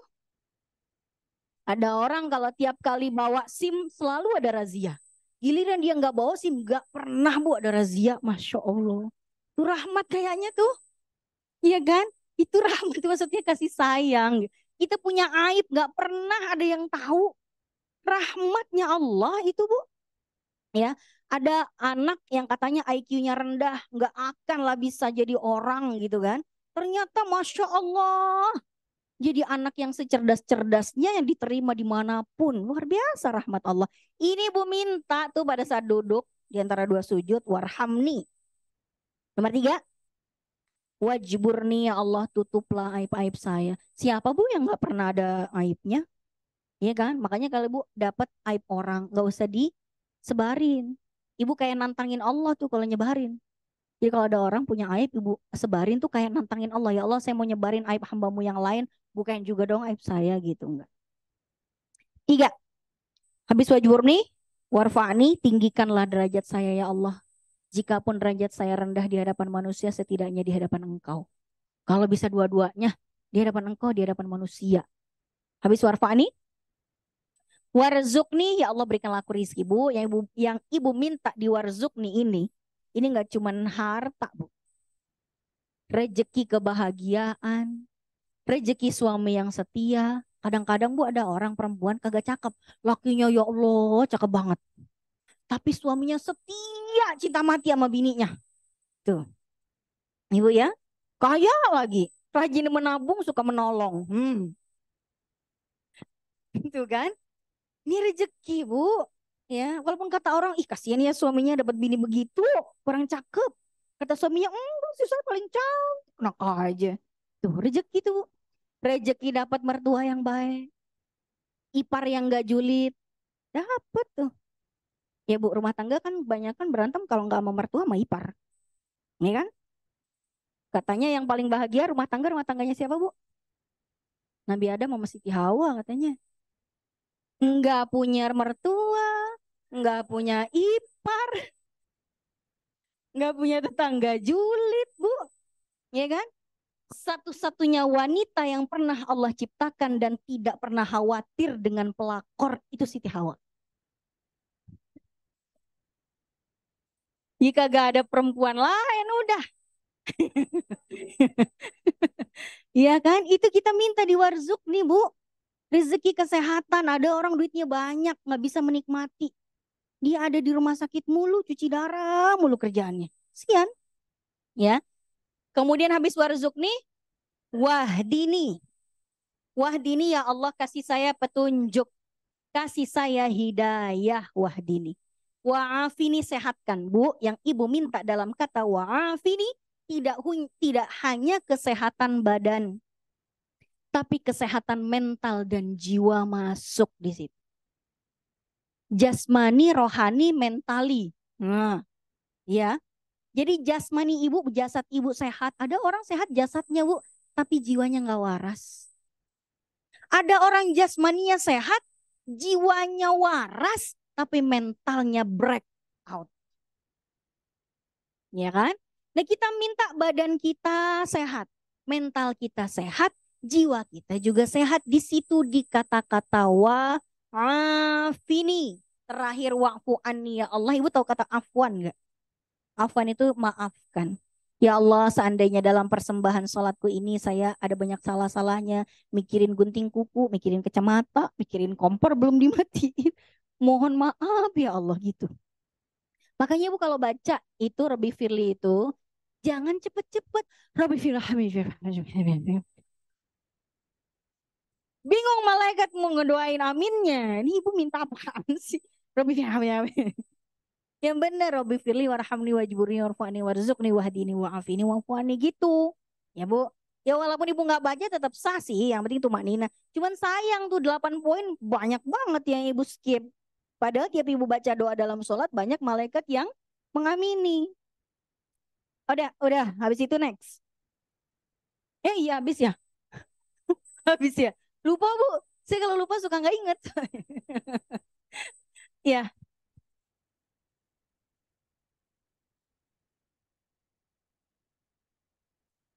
kepalanya lebih rendah dari bokong. Ya tadi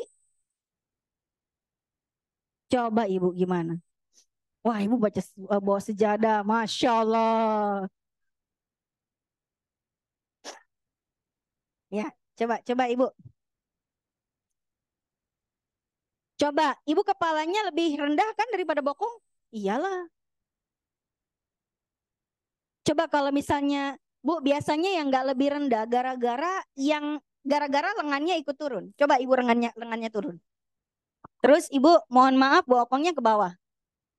Mau ke bawah lagi. Nah, saya praktekin ya, Bu.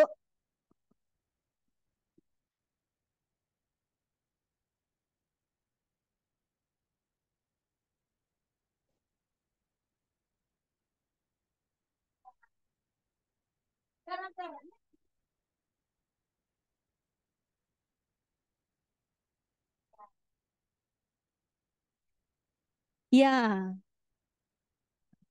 udah tadi Ibu betul betul banget Ibu sujudnya. Ya, Bu. Nah, Masya Allah. Nah, habis itu Ibu duduk di antara dua sujudnya itu duduknya iftirosh.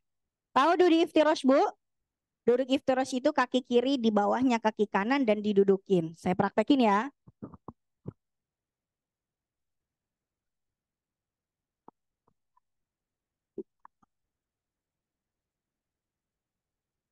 Kali saya kan.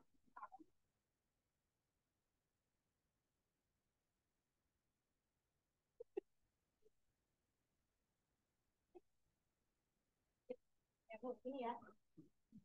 Ini, ininya tinggi ya.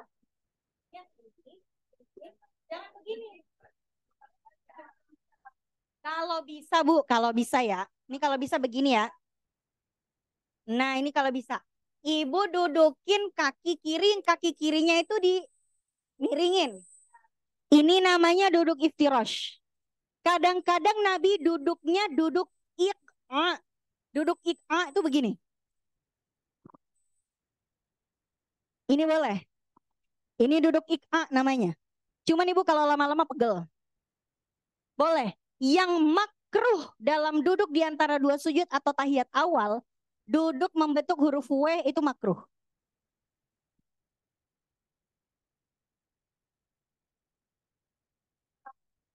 Makruh, Bu. Makruh ya, tetap sah tapi makruh. Ya, Bu ya.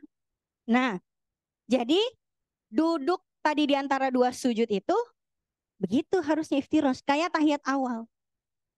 Begininya ya Bu saya. Kenapa Bu? Ada pengapuran ya? Oh, asam urat.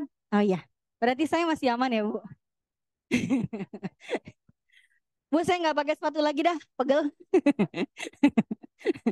Baik. Nah setelah itu kan sujud lagi terus tahiyat. Tahiyat awal itu hukumnya sunnah. Jadi kalau ibu kelupaan nggak tahiyat awal langsung bangun, nggak usah dimundurin.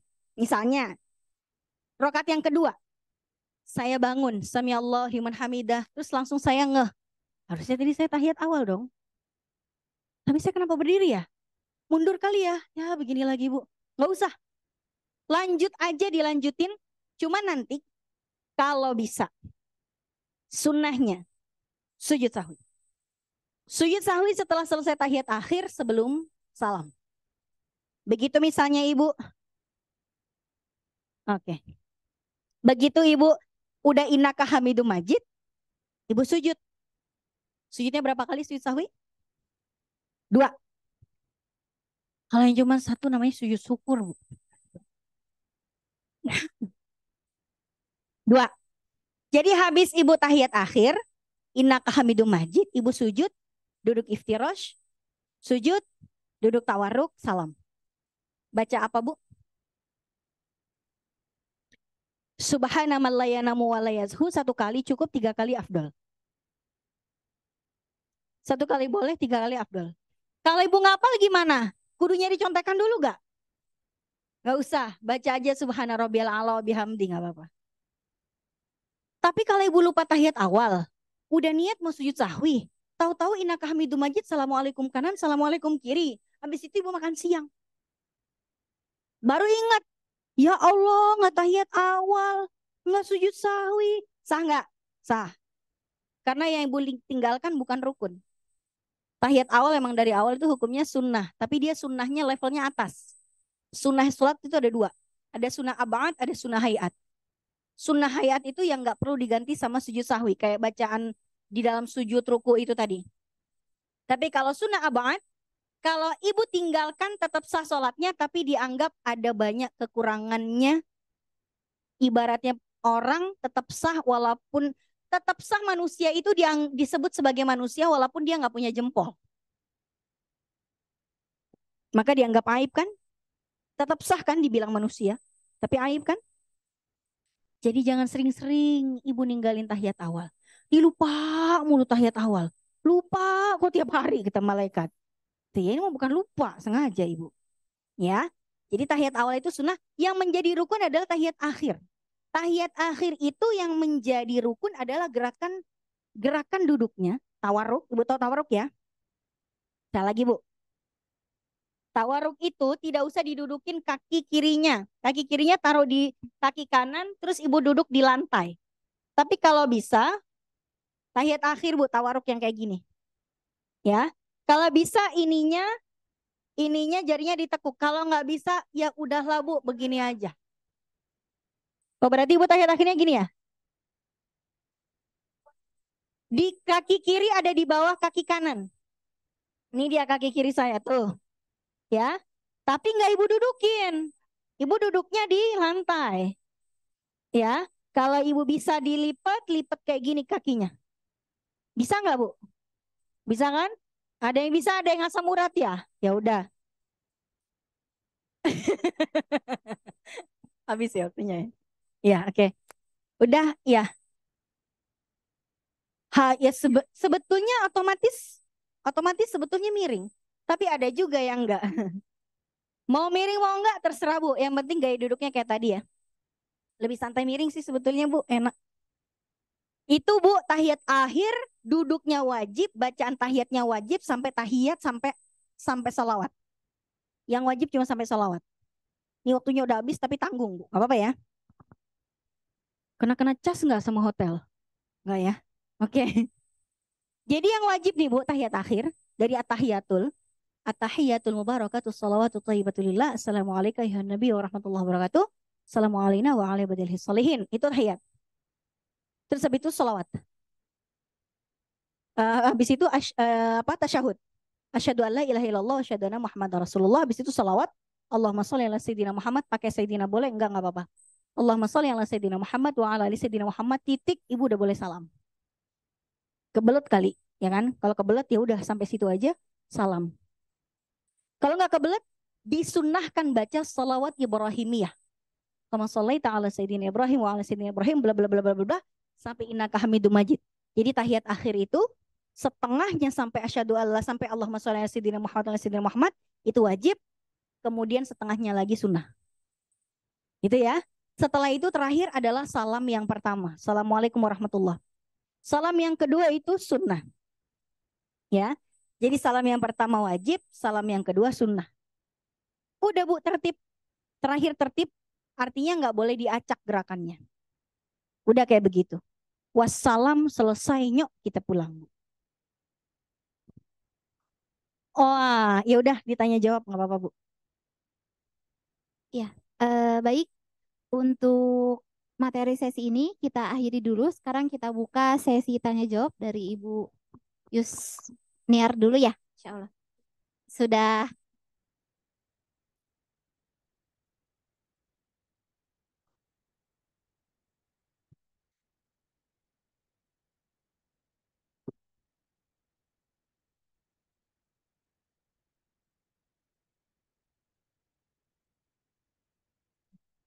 Bismillahirrahmanirrahim. Assalamualaikum warahmatullahi wabarakatuh. Bu, Bu Ustadz, saya mau tanya. Ustazah, saya kan suka ke mall. Terus ke mall itu, saya, saya, Suaranya nggak kedengeran nih Bu. ya, saya suka ke mall. Terus ketika saya mau, tidak semua mall itu ada fasilitas yang khusus untuk kita berwudu. Gimana Bu? Tidak semua, tidak semua mall ada fasilitas untuk berwudu gitu. Ya. Nah, ketika saya cari ternyata adanya toilet di situ toilet. Terus sah nggak saya kalau berwudu di situ?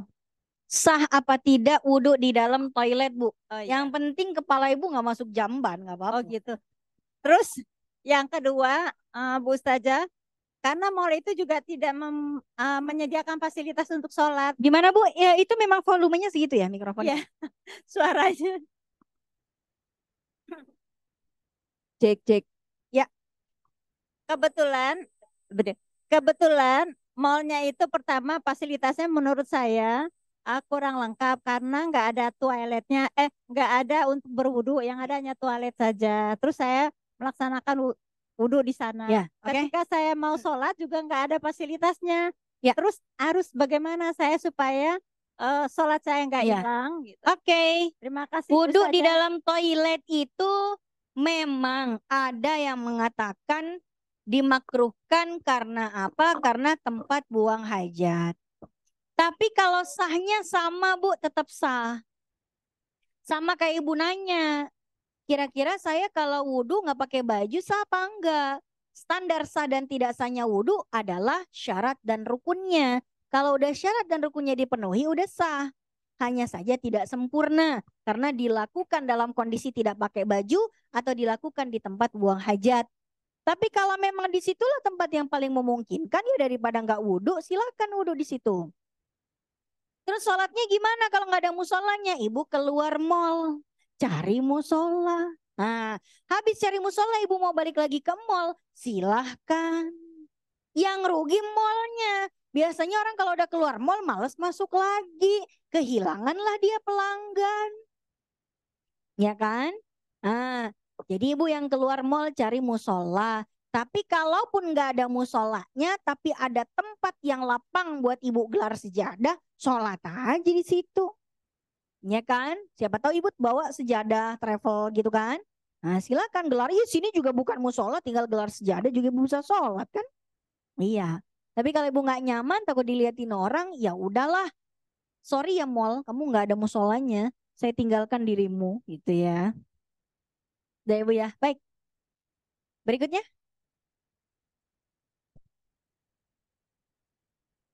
Assalamualaikum Ustazah. Ya ibu. Saya Ustazah. Oh iya. Baik, baik. Assalamualaikum Ustazah. Waalaikumsalam ibu. Saya mau bertanya tentang praktek sholat antara sholat wajib dengan sunnah. Untuk sholat, contoh sholat zuhur, ada sunnahnya, ada wajibnya. Untuk posisi berdirinya itu Ustazah, setelah sholat sunnah, apakah masih tetap di tempat itu atau berpindah? Sholat Mohon sunnah rawatib dijelaskan. ya bu ya. Yes, ya. Antara sholat fardu dan rawatib itu memang dianjurkan berpindah tempat. Makanya biasanya kita tukeran tempat sama samping kita kan. Tahu nggak bu kenapa? Yes. Nanti di akhirat itu bu, kalau kita lagi di sidang, di pengadilan, kita kan butuh saksi yang bisa belain. Makin banyak saksinya, makin bagus dong. Seluruh atas permukaan bumi yang di atasnya ibu pernah sujud di atasnya akan berbondong-bondong belain ibu nanti. Jadi kalau misalnya di tempat ini ibu sujud, tapi spotnya di situ satu, ntar situ lagi, situ lagi, situ lagi, udah ada 4 spot. Jadi banyakin jalan-jalan bu. Ibu di Bromo pernah sujud, datang tuh ntar jadi saksi. Ibu ke Korea, ibu ke Jepang, ibu ke mana? Biar semangat jalan-jalan bu. Kalau suami ibu nanya ngapain sih jalan-jalan dulu ngabisin duit? Biar banyak tempat bekas sholat kita di mana-mana gitu. Alasan sih emang buat jalan-jalan doang maksudnya. Yes, dia pindah, qobliyah pindah, sholat zuhurnya juga pindah. Kalau memungkinkan, kalau tidak memungkinkan kagak usah maksa bu. Nggak bisa kita lagi sholat jamaah di masjid mana, terus ibu nyolek sampingnya. Tukeran dong, nggak mau. Tukeran nggak? Nggak usah.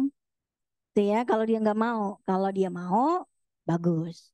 Jadi makin banyak tempat sujud kita di atas bumi ini, makin banyak nanti saksi kita di akhirat. Baik. Baik, cukup. Selanjutnya Ibu Retno. Assalamualaikum Ustazah. Salam. Ini saya mau menanyakan selama ini karena saya bekerja di Departemen Sosial, kemudian saya ditugaskan, kadang-kadang tugasnya ini dari lohor dilaksanakan sampai maghrib. Nah, kebetulan tugasnya dengan apa? Berkunjung ke perusahaan lah Bu. Jadi namanya Direktorat Pengumpulan Uang dan Barang. Jadi seperti undian gitu loh Bu. Jadi Kementerian Sosial sebagai saksi di sana harus hadir. Nah, itu saya kadang-kadang bingung. Jadi saya kadang sholat itu saya lohor dan asar saya jadikan satu. Itu bagaimana ya Bu? Ibu jamak zuhur asarnya, terus ibu jamak maghrib Enggak, isyanya. lohor dan asar saya jadikan satu ke lohor. Karena kadang-kadang Ibu tugasnya di luar kota. di lingkungan ini di Jakarta Bu, karena kan Oh, datang ke perusahaan-perusahaan. Kadang-kadang rapat itu sampai sore. Nah itu saya sudah lakukan ya Bu bertahun-tahun, kebetulan saya ada di direktorat itu. Itu ada Bu. tempat sholatnya nggak Bu buat sholat asar? Ya kalau di ini mungkin ada, tapi kadang-kadang Ibu tahu sendiri kok perusahaan itu kan kadang-kadang susah Bu. Apalagi Ya kita, kalau pilihannya saya nggak sholat sama sekali atau jamaah aja deh gitu ya. ya saya jamak itu Ya bagaimana kalau Bu? memang tidak ada pilihan lain selain jamak, ya daripada nggak sholat ya ibu jamak. Oh, Tapi tidak boleh dilakukan setiap saat. Dikit-dikit jamak padahal tidak safar tuh nggak boleh. Tapi kalau hanya sesekali dalam kondisi darurat yang tidak dijadikan kebiasaan, silakan. ya. Kadang-kadang gitu Bu, kalau memang saya bisa ulang ada waktu kosong, saya sholat lagi itu nggak apa-apa ya Bu? Iya, memang harusnya seperti itu. Jadi kalau ibu misalnya di tempat itu bisa untuk sholat asar, ibu sholat asar. Ya. Ibu bisa sholat maghrib, sholat maghrib. Jangan dijadikan kebiasaan untuk dikit-dikit jamak, padahal tidak safar. Karena kadang-kadang susah Bu perusahaan, kadang-kadang kita Iya. udah mau ini tapi tetap, apalagi kalau berhubungan dengan di mal-mal itu Bu, kadang-kadang putusan diambil kan harus Kementerian Sosial, kadang-kadang bertentangan juga sama penyelenggaranya. Ya, Kadang-kadang di situ aja selesai. baik. Terima kasih Bu. Ya, satu lagi, satu dua lagi, ibu tadi pakai ya ibu sama ibu silakan. Iya, Mbak Dirlo boleh ya? Ya terserah Bentar. yang mana aja. Ini saya mau jemput adik sama ayah saya nih Bu di Halim, mana ya? Bismillah. Izin bertanya Ya Ustazah, baik. untuk posisi sholat, untuk ibu hamil atau mungkin ibu-ibu yang sudah berumur, kadang kan kakinya suka sakit ya Ustazah. Ada keterbatasan untuk sujud atau ruku. Itu bagusnya untuk mulai sholat dari diri dulu atau boleh langsung duduk Ustazah? Terima kasih. Kalau masih bisa berdiri dulu ya Bu, jangan dari awal duduk. Contoh, saya pinjam kursi ini ya Bu. Misalnya Bu, ada ibu hamil Bu, udah 9 bulan. Jangan dari awal dia udah duduk, sholli fardu zuhri, udah enggak. Berdiri dulu. Selagi masih bisa berdiri, berdiri. Gerakan yang dia tidak bisa lakukan dengan berdiri baru dia duduk. Misalnya, dia niat, dia takbiratul ihram, dia baca Al-Fatihah masih kuat. Ya kan? Berdiri. Begitu ruku dia nggak bisa ruku, dia duduk. Ruku, duduk di antara kemudian bangun i'tidal, sujud, duduk di antara dua sujud, sujud lagi, ya kan? Mau misalnya ke rokat yang berikutnya masih bisa berdiri lagi, dia berdiri lagi. Tapi kalau udah perutnya udah kegedean, aduh, udah susah, udah nggak usah bangun lagi. Tapi dari awal udah dimulai dengan berdiri, tuh ya. Sama dengan orang yang kena asam urat lah, pengapuran lah, selagi masih bisa di awal berdiri dulu, berdiri dulu. Baru setelah itu duduk. Baik. Iya, Ibu silakan. Yang duluan siapa? Ya, silakan Ibu.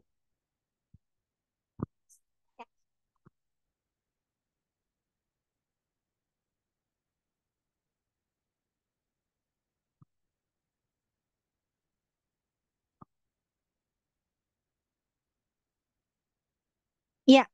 Kemudian Ibu silakan. Ibu ini 2 pertanyaan terakhir boleh ya? Baik. Silakan.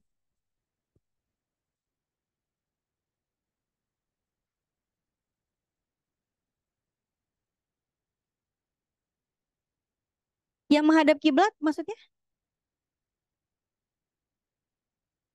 Ah. Oh, iya. Oke. Jadi Bu, kalau misalnya Ibu tadi pakai mukena, Jangan mukenanya begini, ditarik begini. Tuh. Misalnya ini karpet masjidnya kagak pernah dicuci bau gitu kan. Iya jangan begini. Begini tuh. Jadi kan gak kecium. Nah sujud begini. Jadi hidungnya ketutup tapi jidatnya enggak. Jangan mukenanya sampai sini. Tapi segini. Biar tidak menghalangi kening kita sujud ke alas sujud. Ya, ditarik dikit. Oke, tapi ntar jidat saya kotor dong. Ya udah Bu, dilap pakai tisu basah dah. Tuh ya. Atau misalnya Ibu bisa melapisi dengan apa terserah. Yang pasti keningnya menyentuh alas sujud. Kemudian kalau ada orang pengen sholat dalam kondisi sakit, katanya tidur miring kudu ngadep kiblat. Tapi dia diopname di rumah sakit. Masa iya Bu kasurnya mau diputer? Kalau tidak memungkinkan, dia miring menghadap kiblat. Karena misalnya sana kiblat. Ya kan? Harusnya kan nih kepalanya di sini, kakinya di sini, atau kepalanya di sini, kakinya di sini, miring begini kan? Atau miring begini kan? Nah, tapi masalahnya di kepalanya di sono. Gimana dong Bu? Dia kalau miring ngadep sana atau ngadep sana? Ya kan?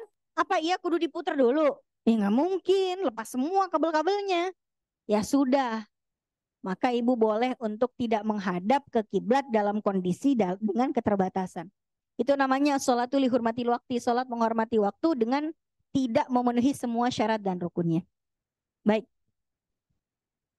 Kalau masih bisa digeser, geser. Kalau enggak, ya enggak mungkin Bu.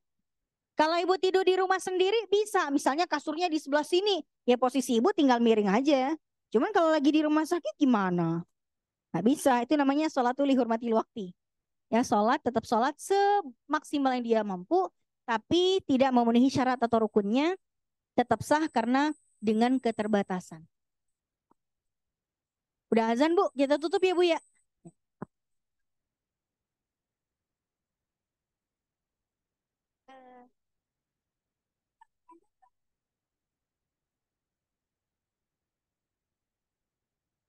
Matanya mau merem mau enggak terserah Bu. Tapi pada dasarnya sholat dalam kondisi merem itu memang tidak dianjurkan. Hukum asal sholat dalam keadaan merem itu makruh sebetulnya. Kecuali kalau dia tanpa merem dia susah untuk berfokus konsentrasi, hilang kekhusyuannya. Kalau enggak merem maka bolehlah dia merem. Tapi kalau dengan tidak merem dia tidak berkurang kekhusyuannya, maka sebaiknya tetap terbuka matanya. Baik. Ya, baik. Rasanya kalau ingin bertanya pasti masih banyak ya, insya Allah. Cuma karena kita keterbatasan waktu, jadi untuk sesi tanya jawab dan materi hari ini kita cukupkan dulu. Sebelumnya kami ingin Ustazah Aini memberikan closing statement. Boleh Ustazah sedikit? Alhamdulillah kajian kita sudah selesai Bu. Fikih taharoh, fikih sholat. Udah dipraktekin sehari-hari, ngebahas seharian kagak habis-habis. Ya Bu, nggak apa-apa Bu. Yang penting mudah-mudahan kehadiran kita hari ini di tempat ini menjadi saksi di hadapan Allah bahwa kita ini punya niat yang tulus untuk menghilangkan ketidaktahuan kita. Semoga ibadah-ibadah kita yang kurang-kurang di masa sebelumnya Allah maafkan, Allah tetap terima dan pahalanya tetap sempurna dengan kehadiran kita di sini. Amin ya robbal alamin. Baik, kita tutup sesi hari ini dengan melafazkan hamdalah. Alhamdulillahirabbil alamin dan doa kafaratul majelis. Subhanakallahumma wa bihamdika asyhadu alla ilaha illa anta astaghfiruka wa atubu ilaik. Kurang lebihnya kami mohon maaf atas jamuannya ataupun segala halnya, mohon dibukakan pintu maaf yang sebesar-besarnya untuk kami. Kami akhiri, wassalamualaikum warahmatullahi wabarakatuh. Iya, untuk Yuk foto selanjutnya yuk Bu. ada sesi foto dulu ya. Foto untuk Tadi perasaan pencerahan foto-foto dah Bu di sini. cindera mata dulu. Habis itu udah. baru kita foto semuanya ya di belakang. Insya Ya, Allah. Baik. Foto cindera mata terlebih dahulu ya Ibu.